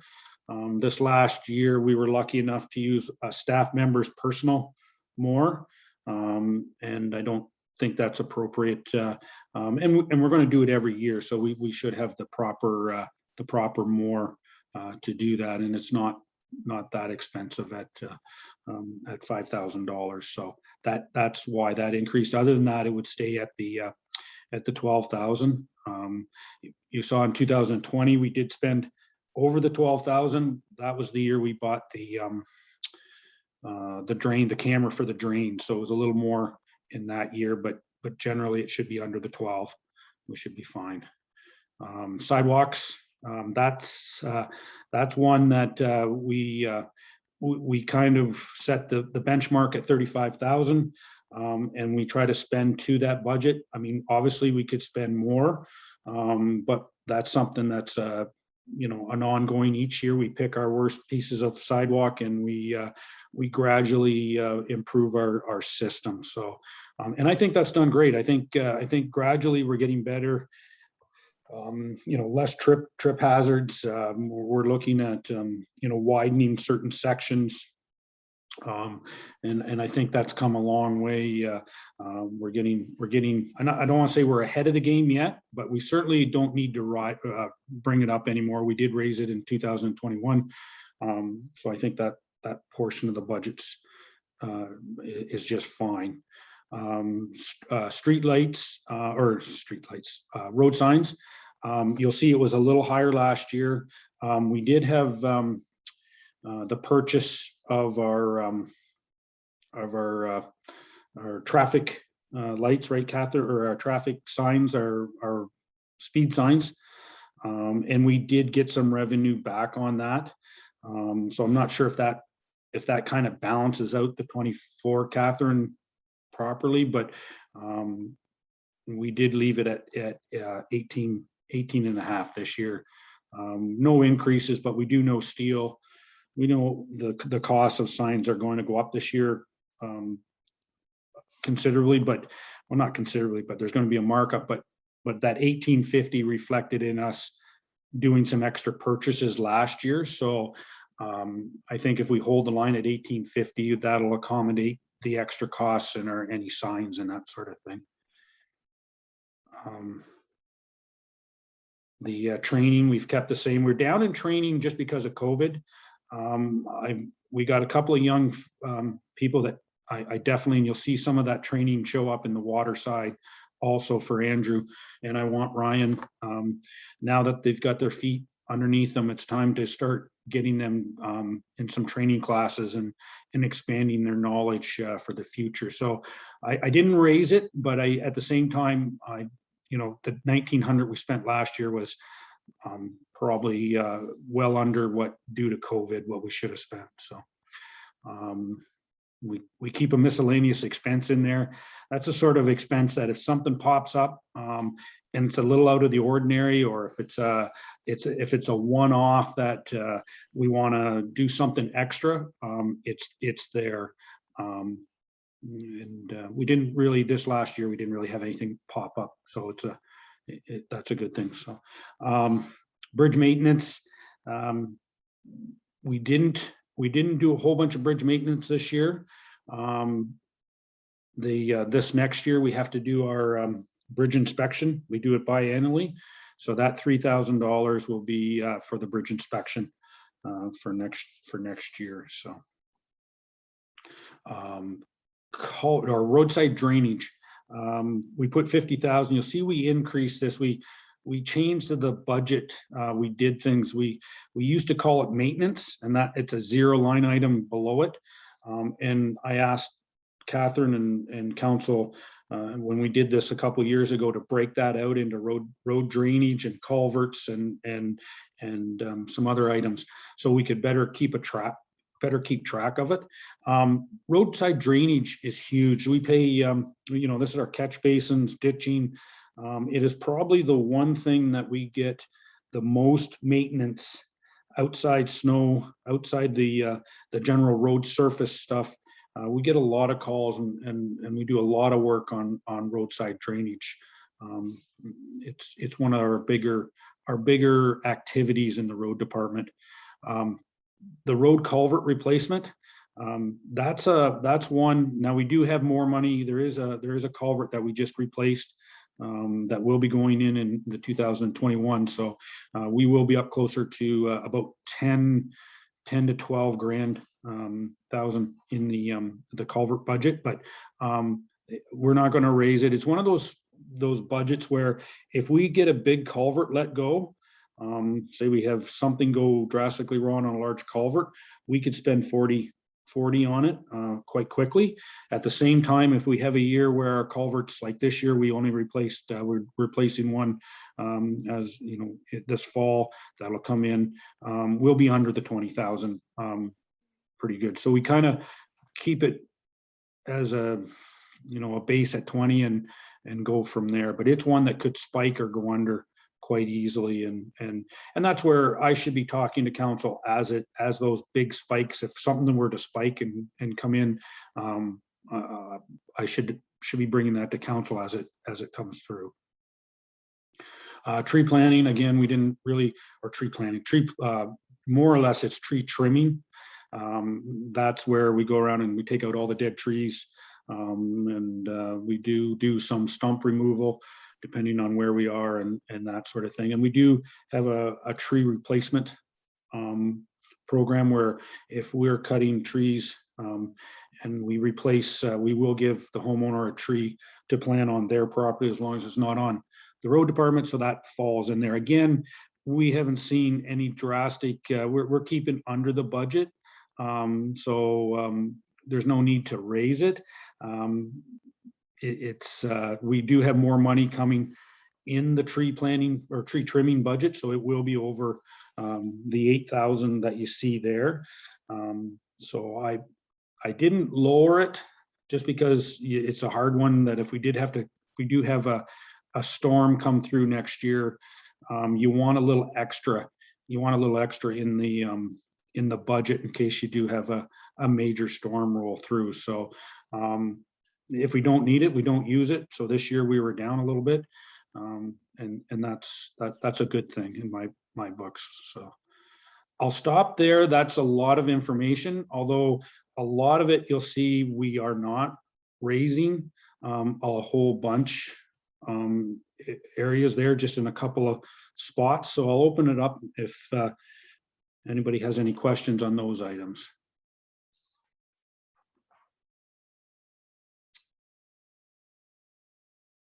You want to go, Jayden? I've got a couple, but you go ahead. Okay. I was just wondering with the sidewalks and curb cuts, like just kind of looking ahead to the accessibility audit And, I would think that out of that audit, there's going to be some areas to be targeted for sidewalk improvements or, the addition of tactile plates. So I'm just wondering if that 35,000 is going to be adequate, or if that's going to potentially get eaten up pretty quick with any additional AODA work. Yeah, and through the mayor, I think at this point, until the audit, you're exactly right. It would be eaten up quite quickly. Right now, I think that 35 just covers us for the repairs to sidewalks, the general repairs. Like say there's a curb stop replaced.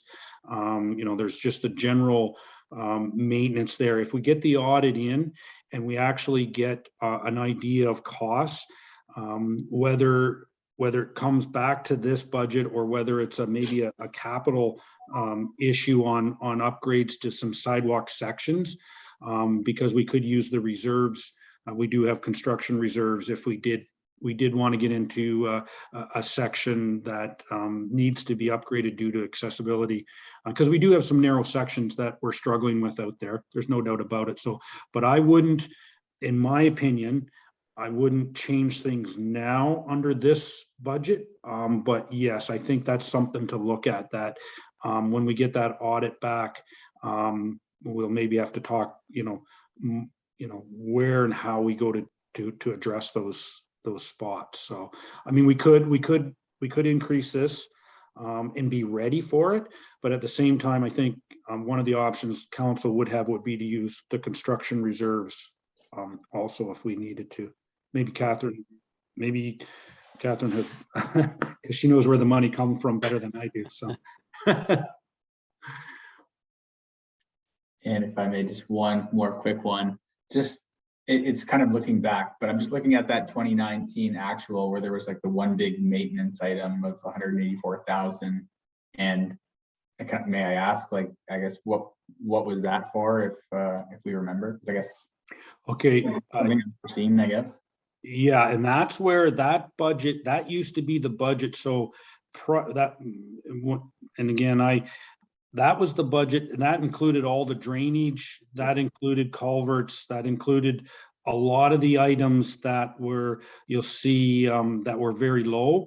And then, so I asked for that budget to be removed. And then we increased the drainage and we increased the culverts and some of the other budgets. So we had a better idea where the money was going rather than just a general maintenance line item. Yeah. And that's what that was. That's what there came from. All right. Thanks, Jeff. Okay, just off of that one. So Jeff, with the roadside drainage, and I get maybe doing a better job of allocating those costs, but do you think the 50,000 is enough? Like we went last year over by 7, or this year over by 7. The 2020 we were over almost by 10, and that's why we increased it to the 50. Are you comfortable with the 50, or do you thinking that you actually need more for that? You said yourself that that's the one area where we get lots of requests. There's lots of work to be done. I know you're working on a schedule of how the department is dealing with it, but I just wondered, obviously it's there, so you are comfortable with it, but is it realistic? Yeah, that's a good question. I think for this year, I think I'm comfortable with that. In the 57, the previous in 2021, we did have a fairly major upgrade on the Roman line. There's a municipal drain and that crosses, and we added some drainage and widened the road out a little bit there. So there was a larger project I knew came through in 2021, and that reflected in the budget going up in 2021 from the 20,000 in 2020. So we did jump the budget pretty good, and I think we can go with another year at the 50 and we'll see how it goes. I'm comfortable with that. Do you understand? Yep. What Yep. we're, Yep, no, that's fair, that's fair. And then I might have missed it. Just on the tools and shop supplies, why was it the increase of the 5,000 from 12 to Oh. 17?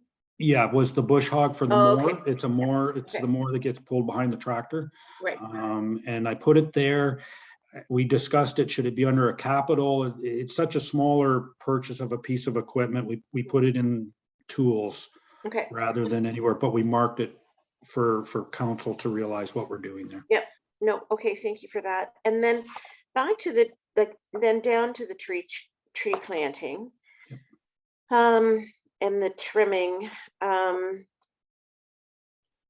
guess, I mean, there's been, do you think that we've been slower on that because we're being pulled in other directions?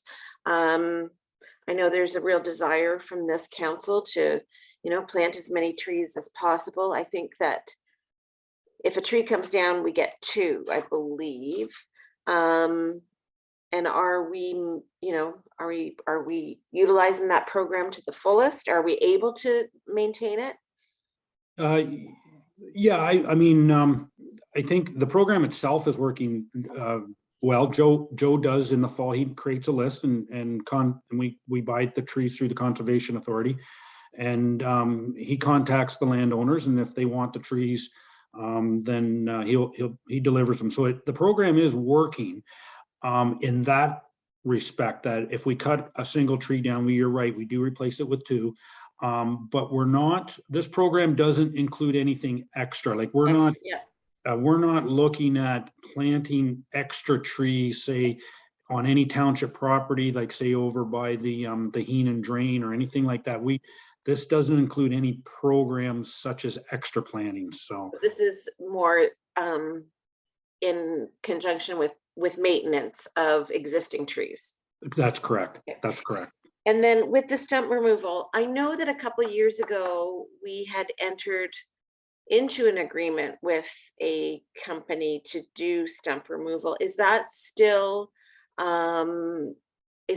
something that's ongoing? And have we just not had the requests for the stump removals? No, we've had some. They maybe got coded under the tree trimming budget, Okay. because some of it's generally the same companies. Okay. And we do use a variety of companies, and we do get quotes on hourly and stump removal and that sort of thing. And we try to keep a couple of companies, so it's if we ever got into an emergency situation, it's always good to have a couple of contractors. No, we do. We take out the stumps that we have we have ground down a bunch, and we do try to do it in groups. So if we got and I don't know, Joe looks after, but say we have 10 stumps, we'll save them all up and try and get a good price, and the stump grinder can come in at his ability and take out all 10. So Okay. we try not to just do one at a time. So we kind of do it in groups and try to get some pricing on that sort of thing. We have ground out stumps there. In fact, I don't know why that tree trimming budget's so low this year, because we have taken out some trees and we have ground down some trees, but I'm wondering if all the invoices are not all in.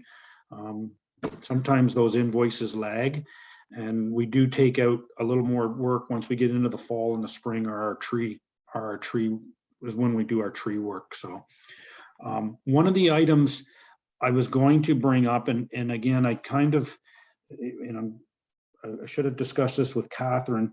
One of the things we talked about, and we didn't really have a line item for this, and this may be where it fits into, and is we have some, and hopefully I don't mispronounce it, but Phragmites.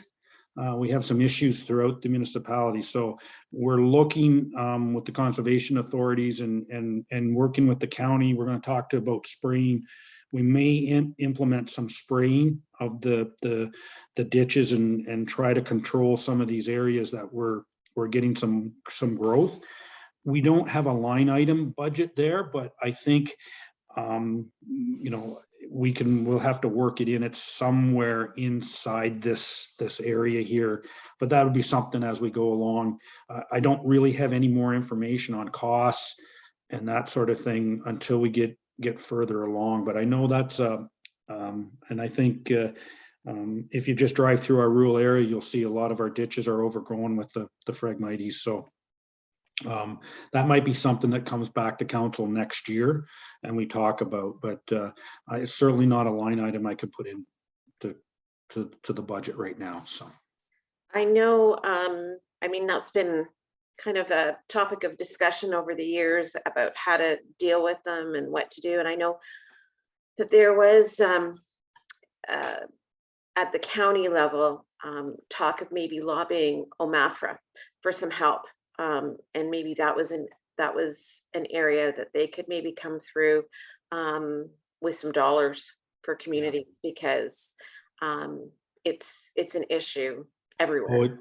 Yeah, and I think, Madam Mayor, I think because you have dealt with it on a county, Southwest Middlesex is struggling with it. We're very lucky. We're just on the edge of this problem. Give it another 5 years, I think it's going to be what everybody's talking about is this problem that we're going to have out there. Because once it infiltrates into our system, it's hard to get it out. We have it in the Campanelli swim pond. We have it all over. It's just small bunches now. And we're going to try, and we're all going to work together. I think we did have a talk at the county level to work together on this, because it's going to be something that a single municipality certainly cannot handle it all themselves. It's going to be a problem that is beyond single municipalities. But anyways, we're getting sidetracked a little bit. It's right now it's not a line item, but it's coming. It'll be coming in the budget. So okay, so I'll do the winter maintenance, and Catherine, she obviously breaks down the first portion. So I'll jump down to the miscellaneous expense. I didn't raise it up a whole bunch. I did add 10% because to me, we seem to each year spend more than the budgeted amount. So instead of spiking it up, I did add 10%, and we'll see how that goes. Miscellaneous expense of equipment. We may have to buy some blades. There may be some off things for winter maintenance. That's what goes in there. The only thing it doesn't include is the sand and salt, which is further down in the line item. Contract services. We were up last year quite high, but that has to do with the Whalen line portion. We did pay for the winter maintenance that were under the agreement that the county took over. We were to give 1 year expenses for them for taking it over, which that now is over, so it comes back down. We brought it back down to 28,000, which is similar to the 2020 budget. And what in that includes is Catherine's got there the sidewalks and the IMOS, and we do have some of it will with South Perth on our shared boundary, or per South, our shared boundary on Whalen line from Granton line to Highway 7. We still have some expenses there that fall under that 28,000. Sand and salt. We did lower it in 2021 because we did lose the Whalen line, so we knew we were not going to use as much salt and sand last year. It was a bit of an estimate. We only used 28, and I'm not sure, there is some salt bills. I don't know if they're probably going to still pop up there, so I bet we're probably going to be over the 30 probably now. So I kept it at the 45. I don't think we need to raise it, even though those materials have gone up a little bit this year. I think maybe we were a little bit over budgeted last year, so I kept it as the same.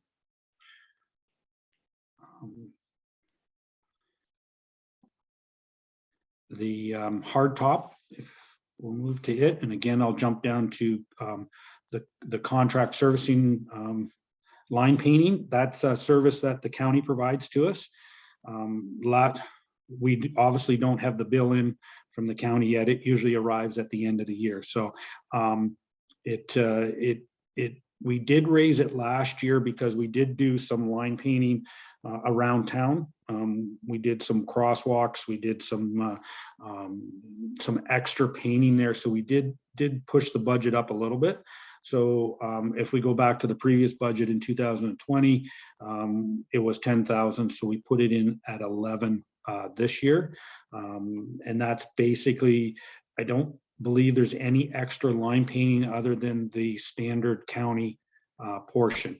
And if you're asking why it's less than the 13 that we spent in 2020, we don't have to pay for the Whalen line.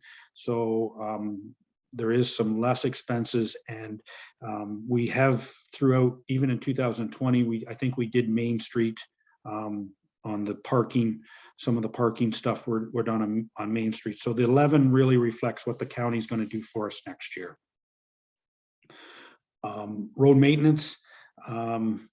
Again, this is the kind of a general one where if we have to do patching, or no, sorry, did I jump one there? No, yeah, that's the, the contract services.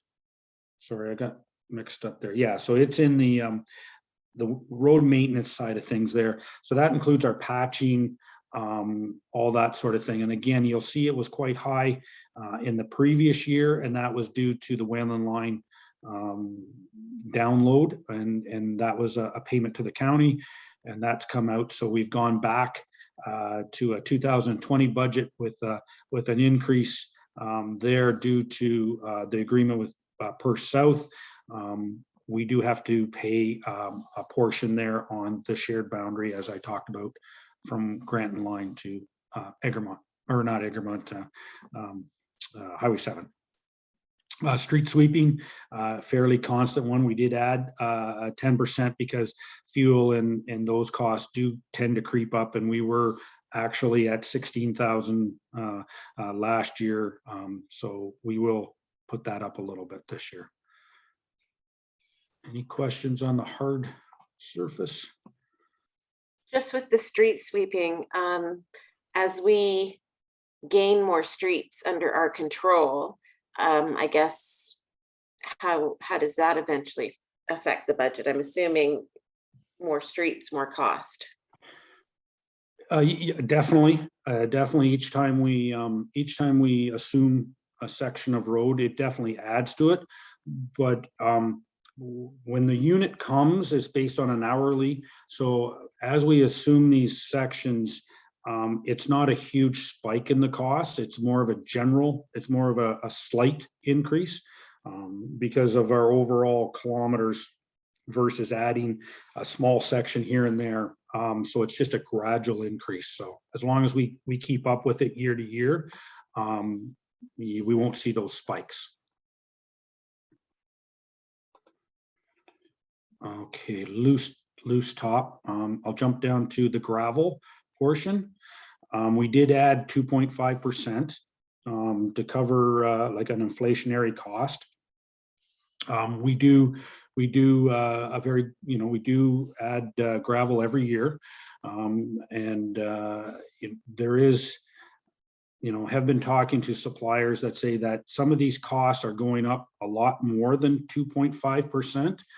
But in talking with the road supervisor, we've been doing a really good job at maintaining our level of roads, and we've got a good base out there. So he's basically said, let's keep up with a bit of inflation here, but let's just see how it goes. If we, it's a sort of budget where, yeah, we don't want to cut it right out, but if we were slightly under a little bit, then we can just lower the tonnages a little bit and match the budgets with notes to say we need to increase the budget next year. So I don't think there's anything drastic there.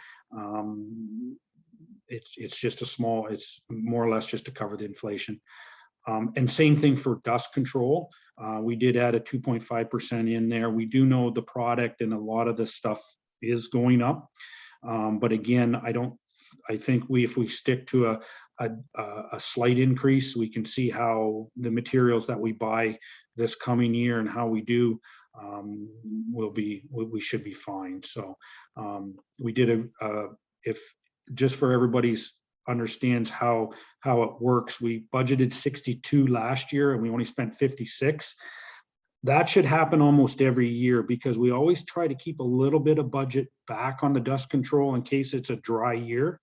And if we needed some extra in August or September to hold us over, or there's an issue, we always try to hold back a little bit of budget from the springtime. But if the year turns wet and we don't need to use anything extra in the fall, that's a saving. So as we know, this was a wet year, and that's where we had 62 budgeted, but 56 was in the previous year. You'll see we did go over budget a little bit, but I'm comfortable where 63 should be able to put us in the range. Road maintenance, that's just a general category where we fix washouts, we patch up the gravel roads. If we have to buy a load here or there, that's what falls under that. We did increase that a little bit, just because I think it's time for us to fix up some of our areas on our gravel roads, such as high shoulders and that sort of thing. And that's something our staff can do quite easily with the grader and a backhoe and a truck. So we did add a little bit extra, and you can see this last year we did spend a little bit on improving some of the gravel road sections out there. It's not major. It's not a major rebuild by any means. It's just minor upgrades out there. So any questions on the loose top? Okay. Street lighting, fairly straightforward. We didn't increase any budget there. We're running under. One of the things that we found, the streetlights were replaced a number of years ago, and so our repairs and maintenance have gone down drastically. They are around 2,500.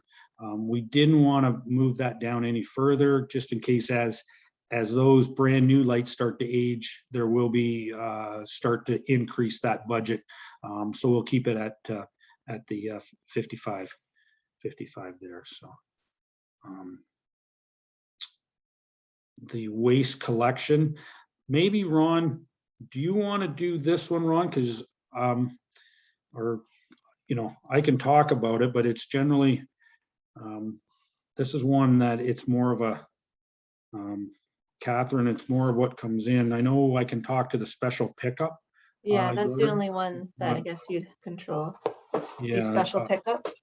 So you'll see this year we're up. We did leave the bins out there longer this year, but that's not a reflection in the cost. We don't, when the bin is sitting there, we don't pay for it. We pay for the materials that are put in and taken away in the bin. It's that'll be a cost that's directly related to how much material is coming in, and people are using it. And I think that's a program that as people get used to it, they use it more and more.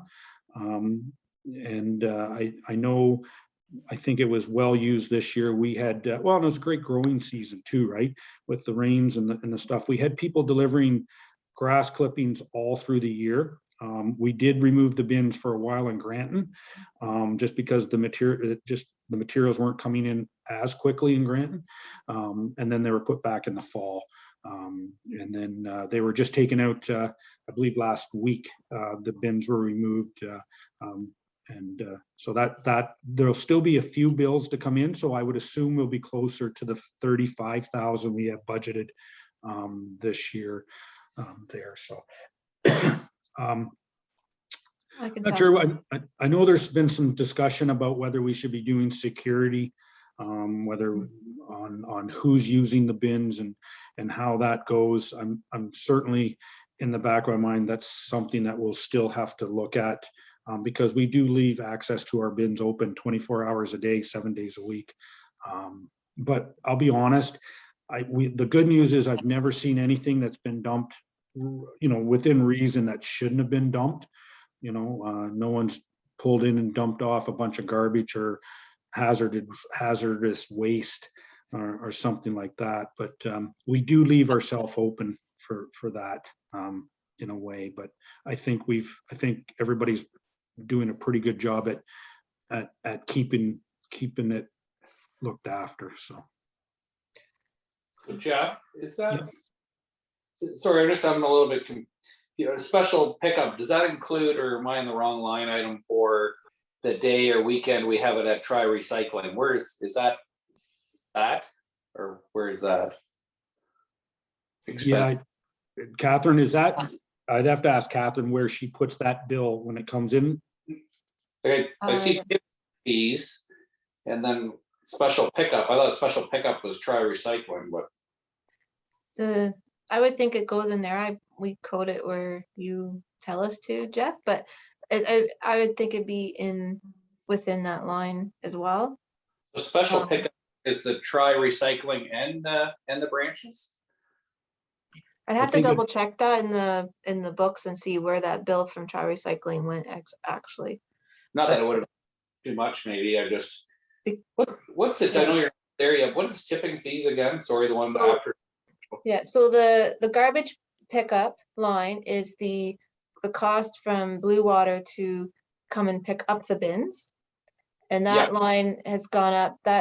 They gave us those numbers. It increased by 4.4%. They used the COLA adjustment of September. Yep. And then the tipping fees is the cost for them to dispose of that garbage they picked up. Gotcha. And okay. so at the we don't landfill, know that's the landfill cost. Yeah, we don't know what that's going to be, but they did say those costs are going up again 4.4%. So I just took the run rate, but that's so it really depends how much garbage they pick up. So the garbage pickup line is consistent. They give us a number and they bill us the same amount every month, and then the tipping fees is based on how much volume they actually pick up in that trash. And you've answered my question. I think providing it's correct. No, just the only line item special pickup is I was thinking that was only Try Recycling. I thought, holy smokes, has that ever taken off in our community? But I'm glad. I was a little bit concerned with that number, but I'm glad to hear that that's the brush. So that's fine. Thank you. Or that sounds the combination of both. It sounds like. Yeah. I'll double check where that other large item one goes, but I want to say it goes there. Yeah.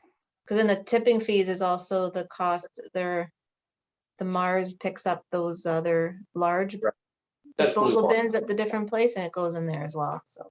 Yep. It's certainly, and through the deputy mayor, it certainly is.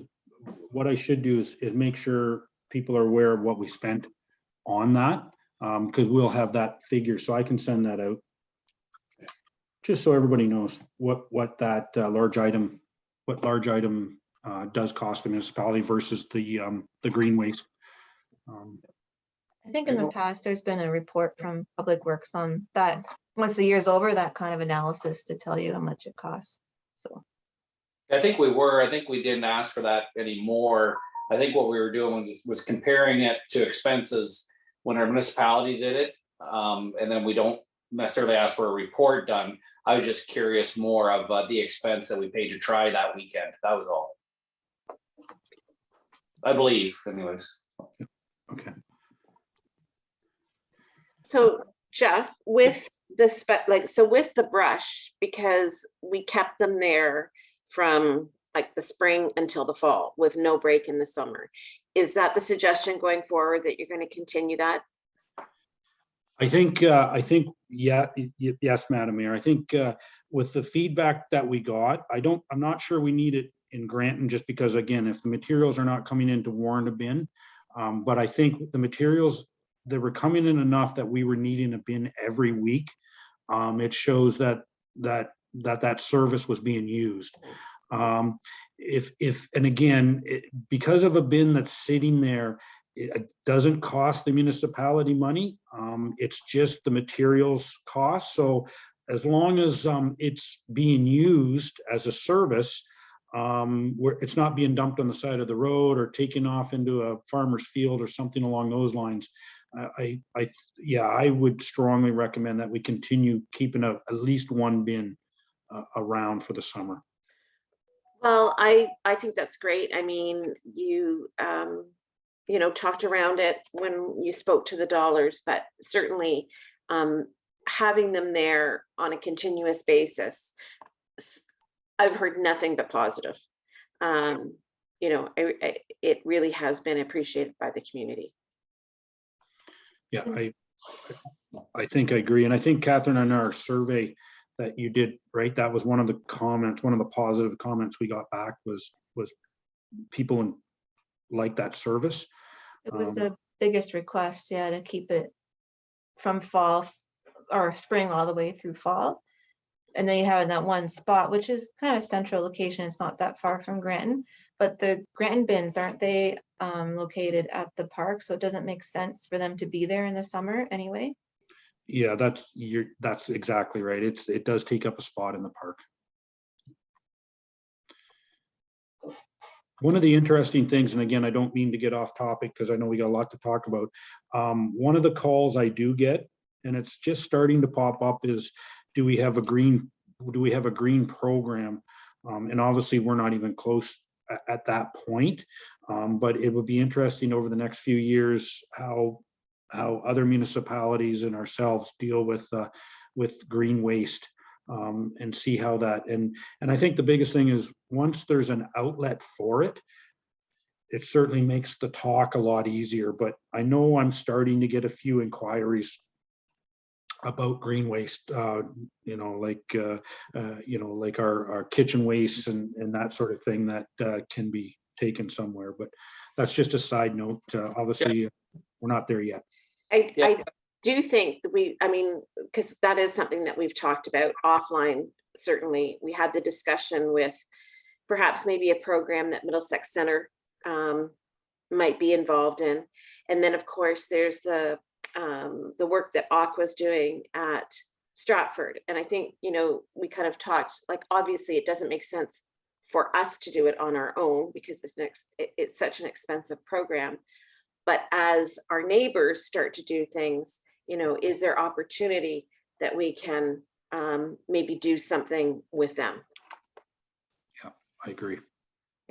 Yeah, Jeff, and some of the requests about a green bin, from what I'm hearing from the municipalities I call on, it's also the move from people in, whether it be Hamilton, Brantford, Burlington, is that push of people sell their places and come towards us. Is they're used to a green bin program there, and that's why I think a lot of them are also the inquiries. Is my understanding is new people moving in is what they're telling me.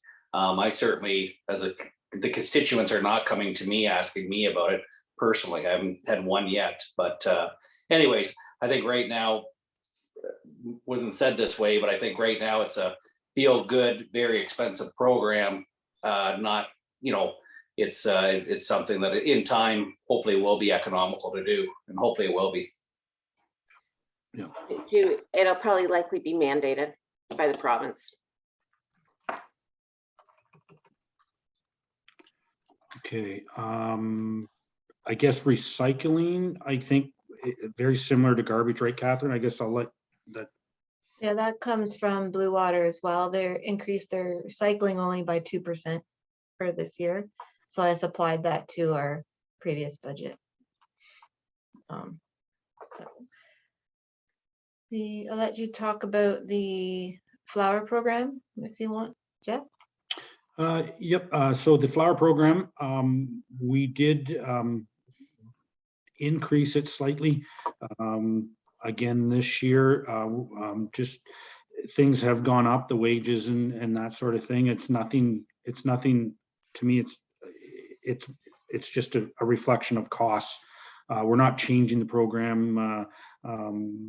Carrie's on board this coming year, and she's got some ideas, and I think it's a good program. So we left it at, or we got it at $33,500.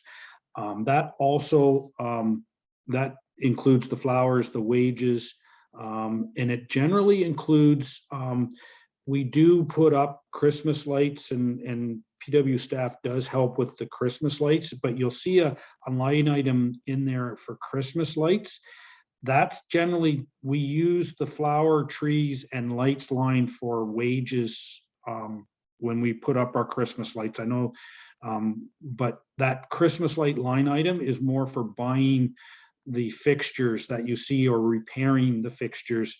We're down a little bit last year. Staff has been, instead of buying new ones, they've been retrofitting the older ones. And we've been able to buy like LED lighting in bulk, and I don't know what it's called, the tassels and all that stuff in bulk. And the guys have been able to retrofit older lights and make them, freshen them up and make them look good again. So I left it in at 5,000.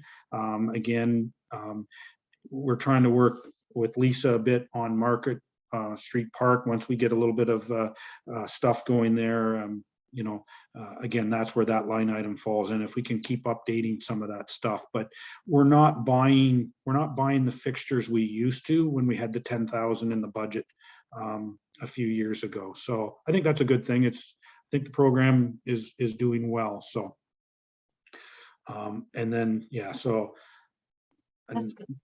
yeah.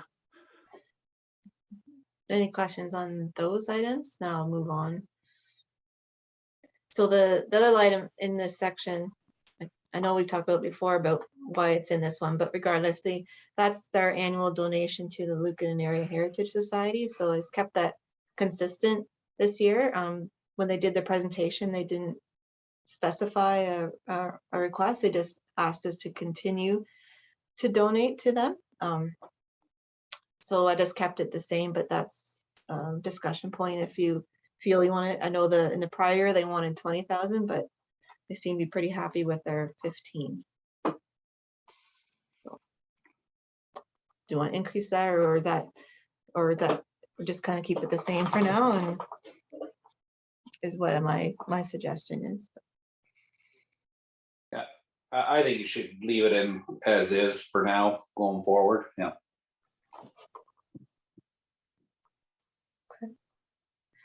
The next section, there's a number there. That's the levy that we transferred, partial levy collected goes to the Parks and Rec budget, and that's a plug number. But we'll talk more about the details of that when we talk about Parks and Rec at our next meeting.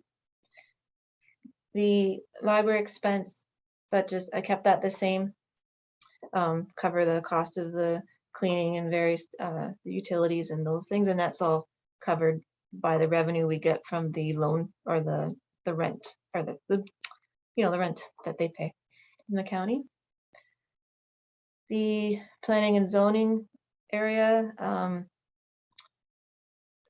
we added, so in here we added the 40,000 that was talked about for the design standards review, which is a report that Jeff brought to council recently. So we put that number in this area to cover that. With the legal fees in the planning section, we increased it in regards to if there's anything that comes out of the official plan. That's why that's increased. We put those there, which we talked about earlier. And the community improvement plan, that's the cost. So these are the fund, will fund the different grant programs within that program, if there's any uptake on that in the year, in the coming year, as well as cover the cost of the that study that we're going to do with the AODA and with that RE public urbanism that's getting started. So, is there any questions on that planning and zoning area? I guess one of the items there, the stormwater pond monitoring. at this point, I'm hoping that I can get, I've always talked about getting staff trained on stormwater pond. But right now we do Campanelli, I believe, and Heenan Court. Those ponds are new enough that they have to be monitored multiple times throughout the year during rain events. And at this point, we're using Dylan to do that monitoring. They are the ones that actually designed and built the pond, so they're the ones doing the monitoring for us, and that's where that cost come in. My goal is to bring that in house and get staff trained on doing that monitoring for us. And we'd have to do a better job at some of the other older ponds. But at this point, we left it at 5,000 and continue with that program.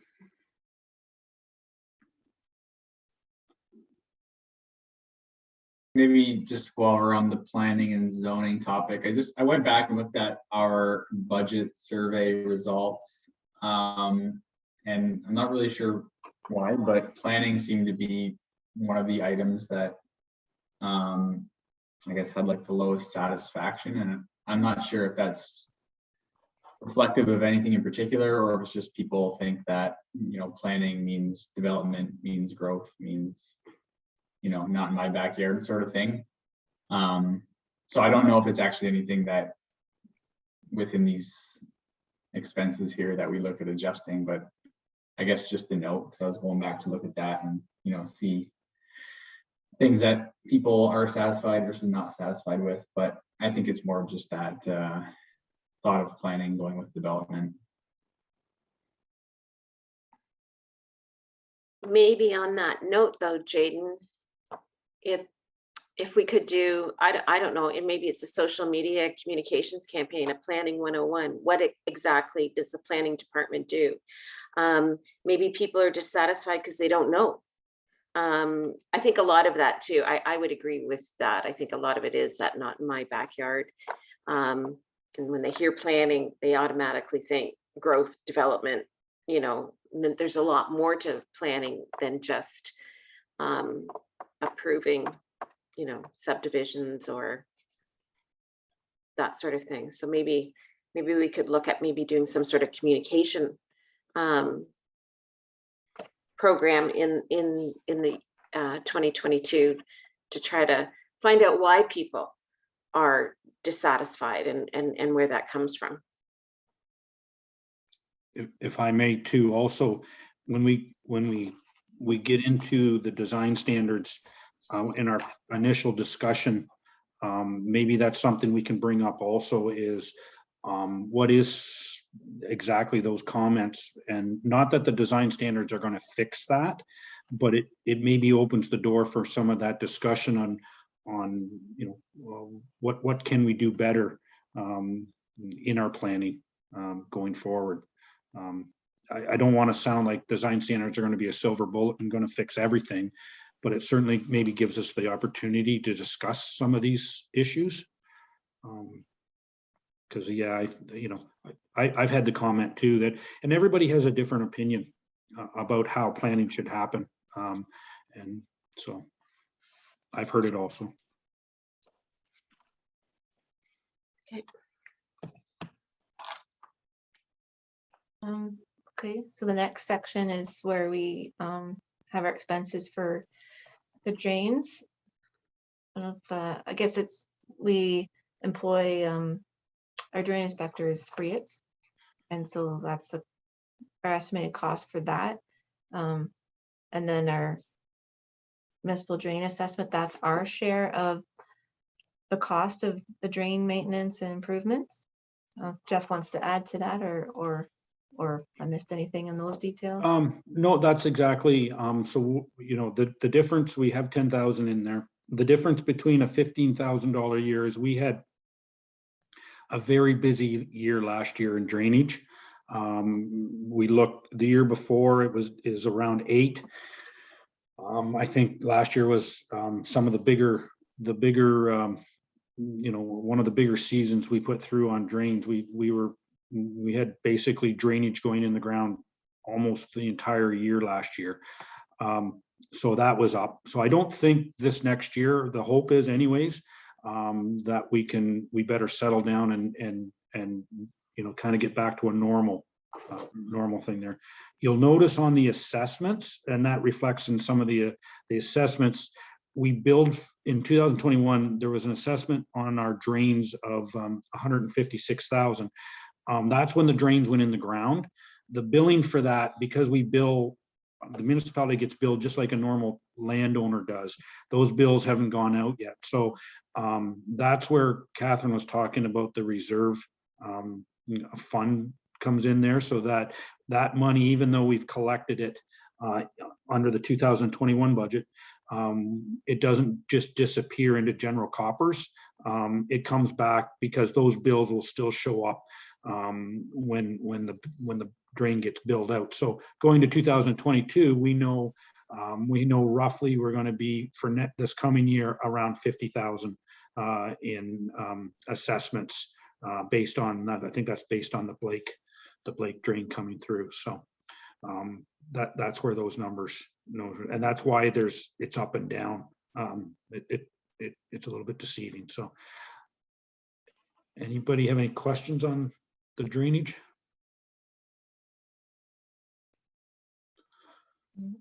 Okay. Well, the next section is our last section, and that comes down to our reserves. And this is where we put money away into all of our savings accounts to cover off future projects. Some of this comes from other plans and studies and analysis. So this is our standard amount. You can see for the vehicles, equipment, and construction and building. The new one here, I just put this under administration, is that difference in that Summerfest, Winterfest funding, where we had the 120 revenue, the 60,000 expense, and I put the balance in here, put in reserve for so that's completely offsets each other and doesn't affect the tax base. I kept and then we have the amount for parks. I kept that the same. That's where we're collecting money for the soccer fields as well. And then the transfer to arena reserves, I kept it the same, but I have a question mark with those ones. Should we start building this up to when we talked about upgrading the pool and those kinds of things? And also with the construction reserves, that's our kind of what's in our other plans, or our asset management plan is idea to use that number, but should we start to beef that number up as well? So before we talk more about those, I'll just highlight this amount here, the tax stabilization number. That doesn't mean that has to go. This is sort of present a balanced budget. I just put the difference in there between all of those revenues we talked about and all the expenses we talked about. That's our difference. We'll have a surplus of roughly 227,000. We cannot, what council can decide to do with that, or we can talk on this committee, is either increase spending somewhere else or put this into our reserves. Do you want it in tax stabilization, or should we talk about increasing maybe something goes into the construction reserve or one of the other arena, those kinds of things. So it's a good news after that, all that talk we did with all those expenses. We're not looking at, and that's with a 1% tax rate increase. We have a surplus at this point in the budget, without having talked about Parks and Rec and all that yet either. But so we're in good shape. We're not looking at, oh, we have to increase taxes by 5% or start cutting in expenses. So.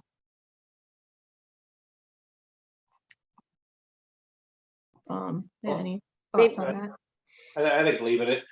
I think for now, leaving it in the tax stabilization gives a lot of flexibility. We've got a lot of projects up, but again, for discussion with council, I'm fine with that plug number being there itself, but. If I could comment, Catherine, I did comment with Catherine about the vehicle and equipment list. That could increase because next year in 2023, we have quite a large volume of equipment coming through. And it's just the way the years have worked out. I believe we have in 2023, we're going to have over $1 million coming out of the reserve, which is fine. It's been budgeted and we've done a good job at doing that.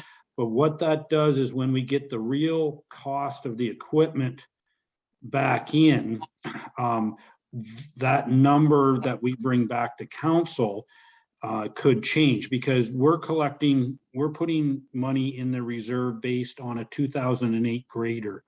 We're going to buy a new grader, and that will affect this number.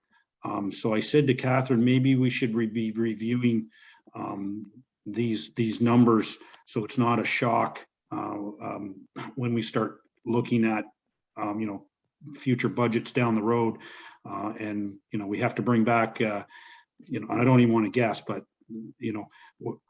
there is going to be some increases here eventually, similar to our construction reserves. We did put it up 10,000 this year. I said to Catherine, with all the increase in costs, a $400,000 construction budget 5 years ago is certainly not the same money this year. So I'm not saying that we have to raise it. It's just that we're aware that that if we don't keep increasing it slightly, we'll end up falling behind when we go to do a project. That's just my 2 cents. So. I mean, I would agree with, sorry, Catherine, with Dave, that tax stabilization does give us the best flexibility.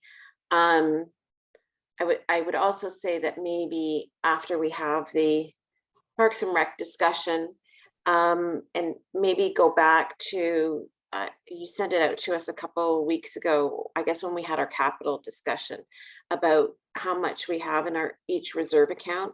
Maybe we can all look at that again to see what are in those accounts, and maybe we look at dividing it up a little bit differently at the end of this process.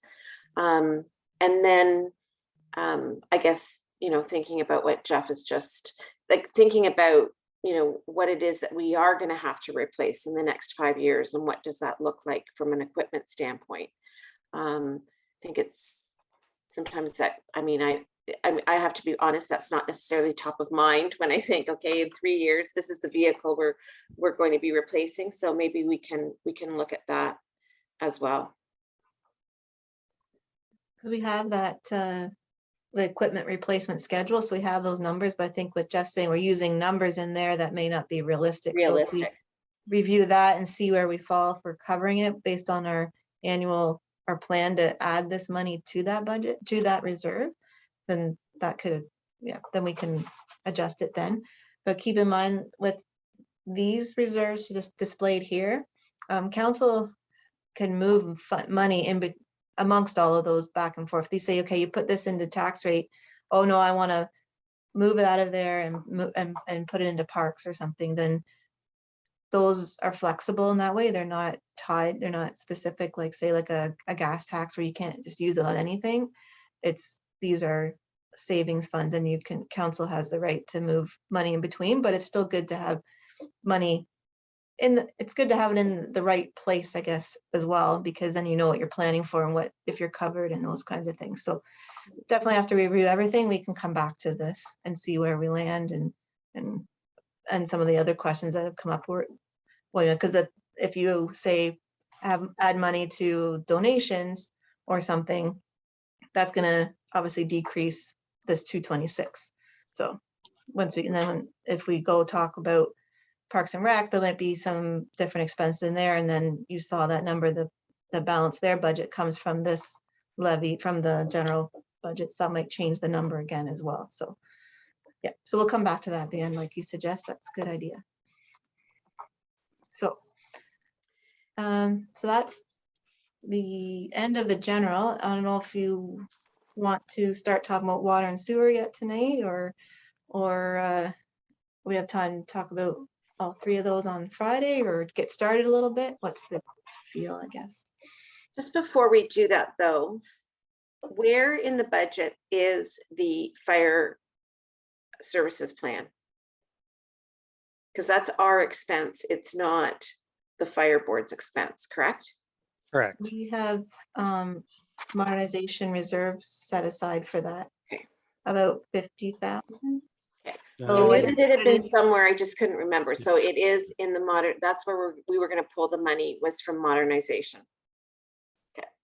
I could put that in specifically, I guess. I didn't add that in your, that's a good point. Put that in there. Maybe you can put it in as a note. The efficiency. Okay. We could do a water, we could move to water. It won't take long to run through water. Okay. If everybody's okay, we'll get. I'm gonna be completely honest. I'm coming to the end of my Okay. day. Okay. I'm paying for my fun last night. But we could do water, that's fine. Okay, I'll maybe, Catherine, do you want me to start? Catherine? Sure. Okay, so we'll start at revenue, and for we know there's going to be an increase in water rates because we do look at what the costs are in each year and reflect. So in our general look at it, Catherine and I, we looked at it and agreed that we would start with a 3% increase on the flat and the usage. How that breaks out, that's open to discussion, because I know, Deputy Mayor, you've been that we do have very low usage rates. That's not to say that we're saying that we're going to raise everything 3%. That's open to discussion on how we get to that 3%. But for these figures to try and do the budget up, we used a 3% increase in revenue for both the residential, the commercial portion there. And we do take into account that we're going to have an increase in users. So we try to build that into the numbers as well as the 3%. We did add a 2% to the capital. That's as per our financial plan. We've kind of committed to 2%.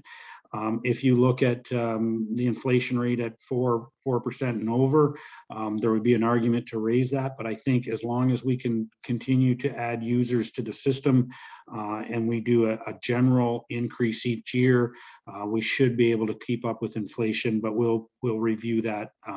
The financial plan's 1 year. I think it's the second year for the financial plan. So we're recommending 2% as per the financial plan. I'll let you, Catherine, just touch on the other revenues, because you know where they come from better than.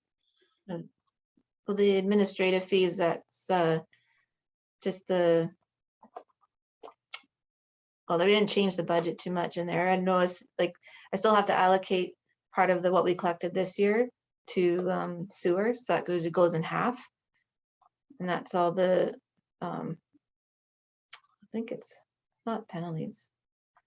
It's all, well, maybe Tracy can answer that question better, but it's probably the fees, like the $25 or $5 fees and things like Statement that. fee, everything.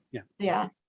Whereas the penalty and interest is down in another line, or the penalty side of things. So, and then it all gets collected in water, but then we split it out between water and sewer as far as these admin fees go. And then Catherine, you're exactly right. That's just the $25 fee that goes in there for new accounts.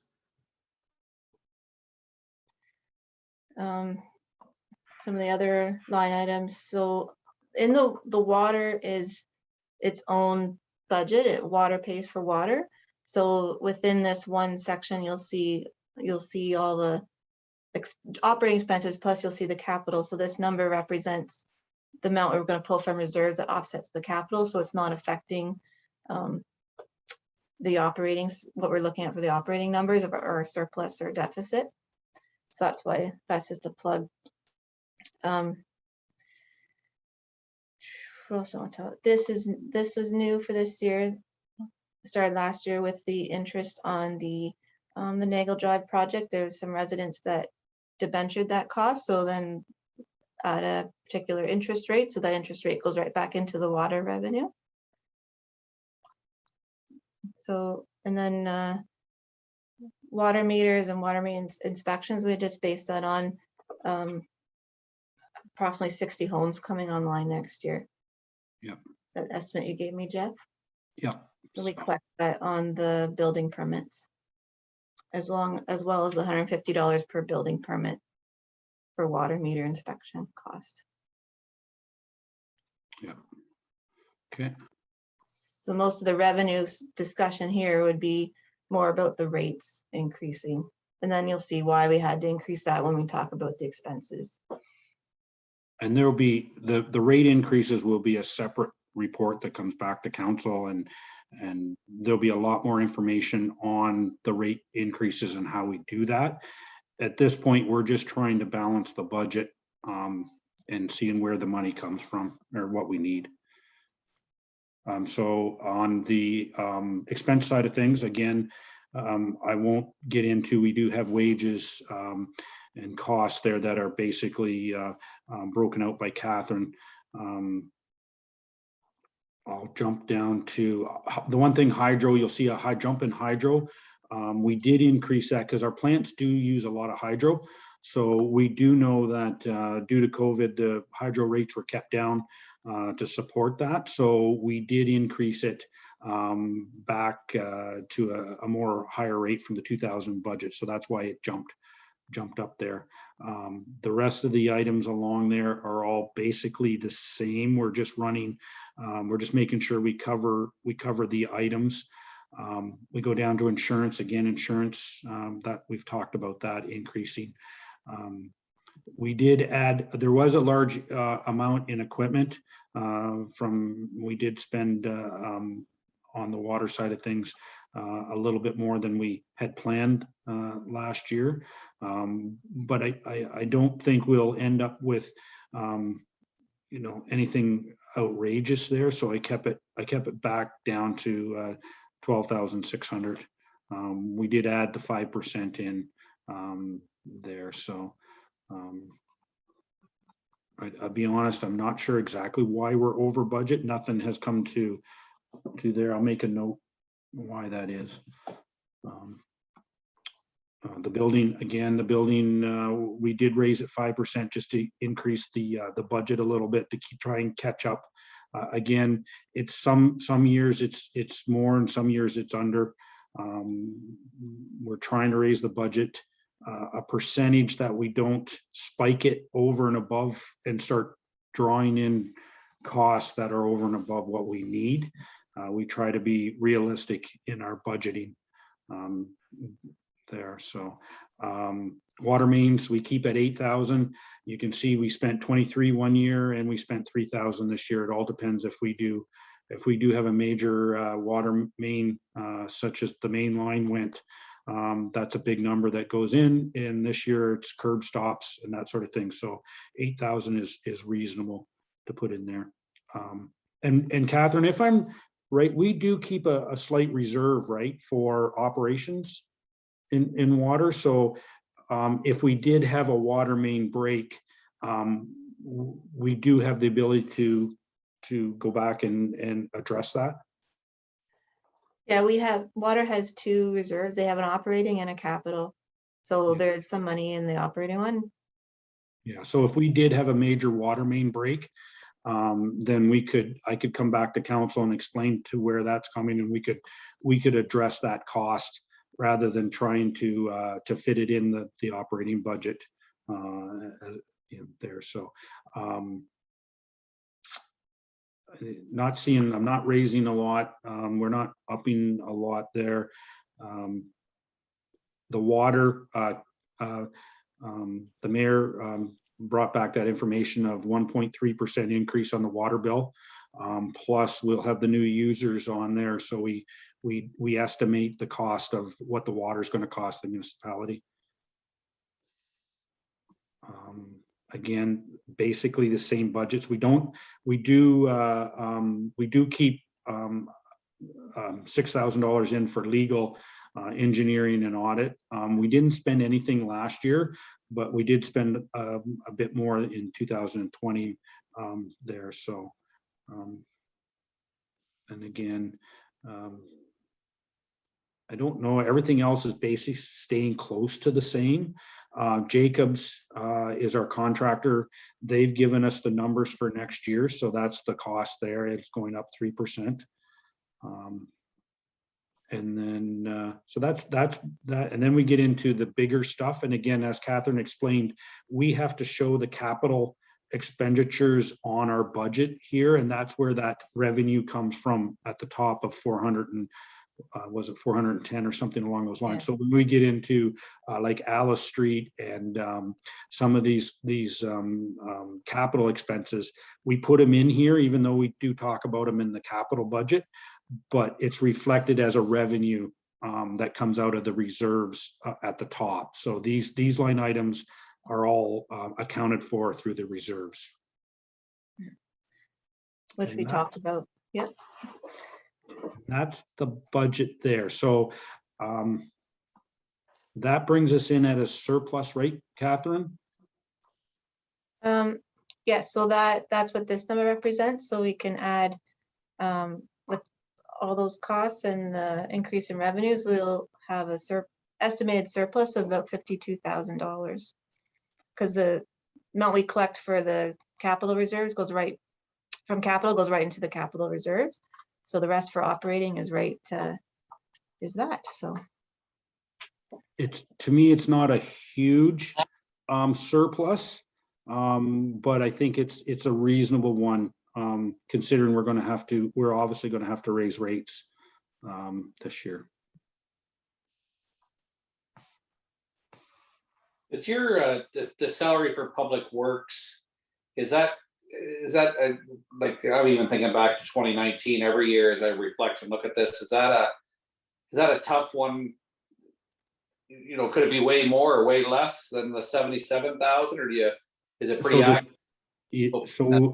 I think it was last year. I think Catherine and I sat down and we actually broke out the salaries because we have a staff member that a portion of his goes directly to that, and because he's out there doing water sampling and a lot of water materials. But we also break out part of my salary, part of Julie's salary, part of treasury for the billing of the water bills themselves. So everybody, we did break out the salaries that contribute to the water, that the cost goes directly to the water. So that salary breakdown, I think Catherine has a good breakdown, but it includes everything from treasury to PW and then to the outside staff as well. yeah, and the amount year to date, that 77, we still have 2.5 pays yet to put in there. And then we brought the budget down this year. I think because we did the allocation last year. We reviewed the more finite allocation that we just did last year, like Jeff was talking about, but then we looked at that again for this year and adjusted it. We took one person out and had less allocation water and put them more allocation back into general. So I explained, even though our prices, our costs went up 2% from the salary grid, but we reallocated some of those staff members differently this year to make it hopefully more where they're actually working. And then the actuals only work well if the timesheets are filled out appropriately as well. Yeah, just, again, I was just surprised, I'm still, a little surprised at that number, that it's not allocated potentially out of everything Jeff just said, potentially elsewhere within the Public Works Department. I'm just with contract, again, I think it's something to monitor, like say if the timesheets are filled out right in that, and that's whatever you guys think, then that's fine. But otherwise, there's only a certain amount of users obviously on this system. And if Public Works is using their resources elsewhere in our community, I mean, it's very important that that is very accurate, as our community is not all using it. So it's probably very important that that's correct, because otherwise that should be reduced and spread out elsewhere. That's all. I think something to really monitor. And if it's higher too. Don't get me wrong, but I mean that number is that's just a limited number of people, right? So. Like Jeff Yeah, said, it's a combination of what Yep. his, like their management plus treasury as well. Yep. Not to do that work. So that's just spreads those costs around, and we can do, as we go on, we'll get a better feel for that. And we can even do a time study on the management and treasury side and see if that allocation we're doing is realistic, or it should be more or less. Yeah, more or less. That's all I mean. Yeah, just with again, it's if it's being allocated maybe disproportionately to where every ratepayer is using our public works department, then I think it should be looked at. That's all in the future budgets. Yeah.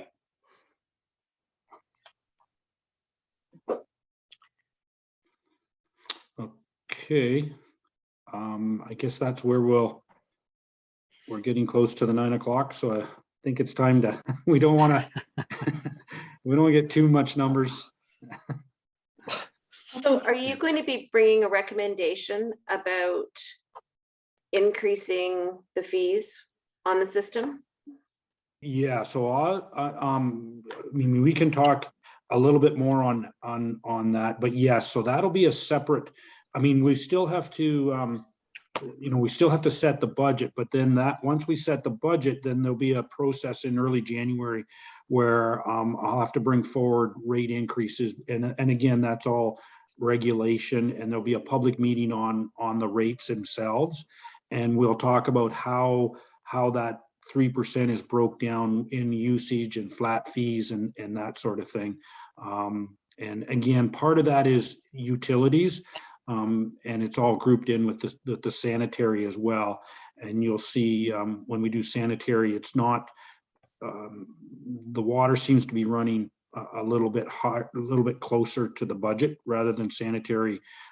So I think at the end of the day, when we talk about this in January, it'll make more sense. Okay. Okay. If that's where we want to stop, then we'll pick it up again on Friday at 1 o'clock, where we'll start with sewer and also talk about Parks and Rec, and then next steps and things after that.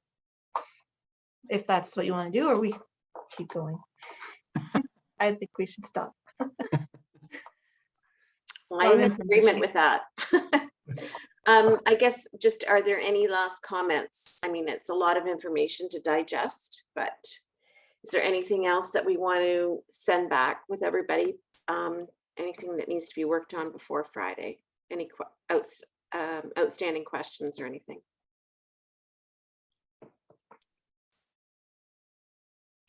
I guess not.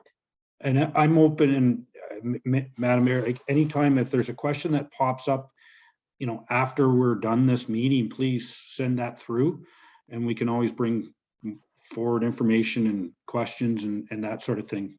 So, Yeah, Jaden. I may ask a quick one. Can I just ask where do development charges fit in? I mean, they must be somewhere in the revenue section that we covered off earlier. Those, as we collect them, we don't show them in the operating budget, because we collect them and then we put them right into their own reserve, and then we draw from them as we need them for the other projects, typically mostly in capital. Okay. Unless there's something in operating budget, then we can show that transfer from reserves back into the operating budget. But Got it. Thanks.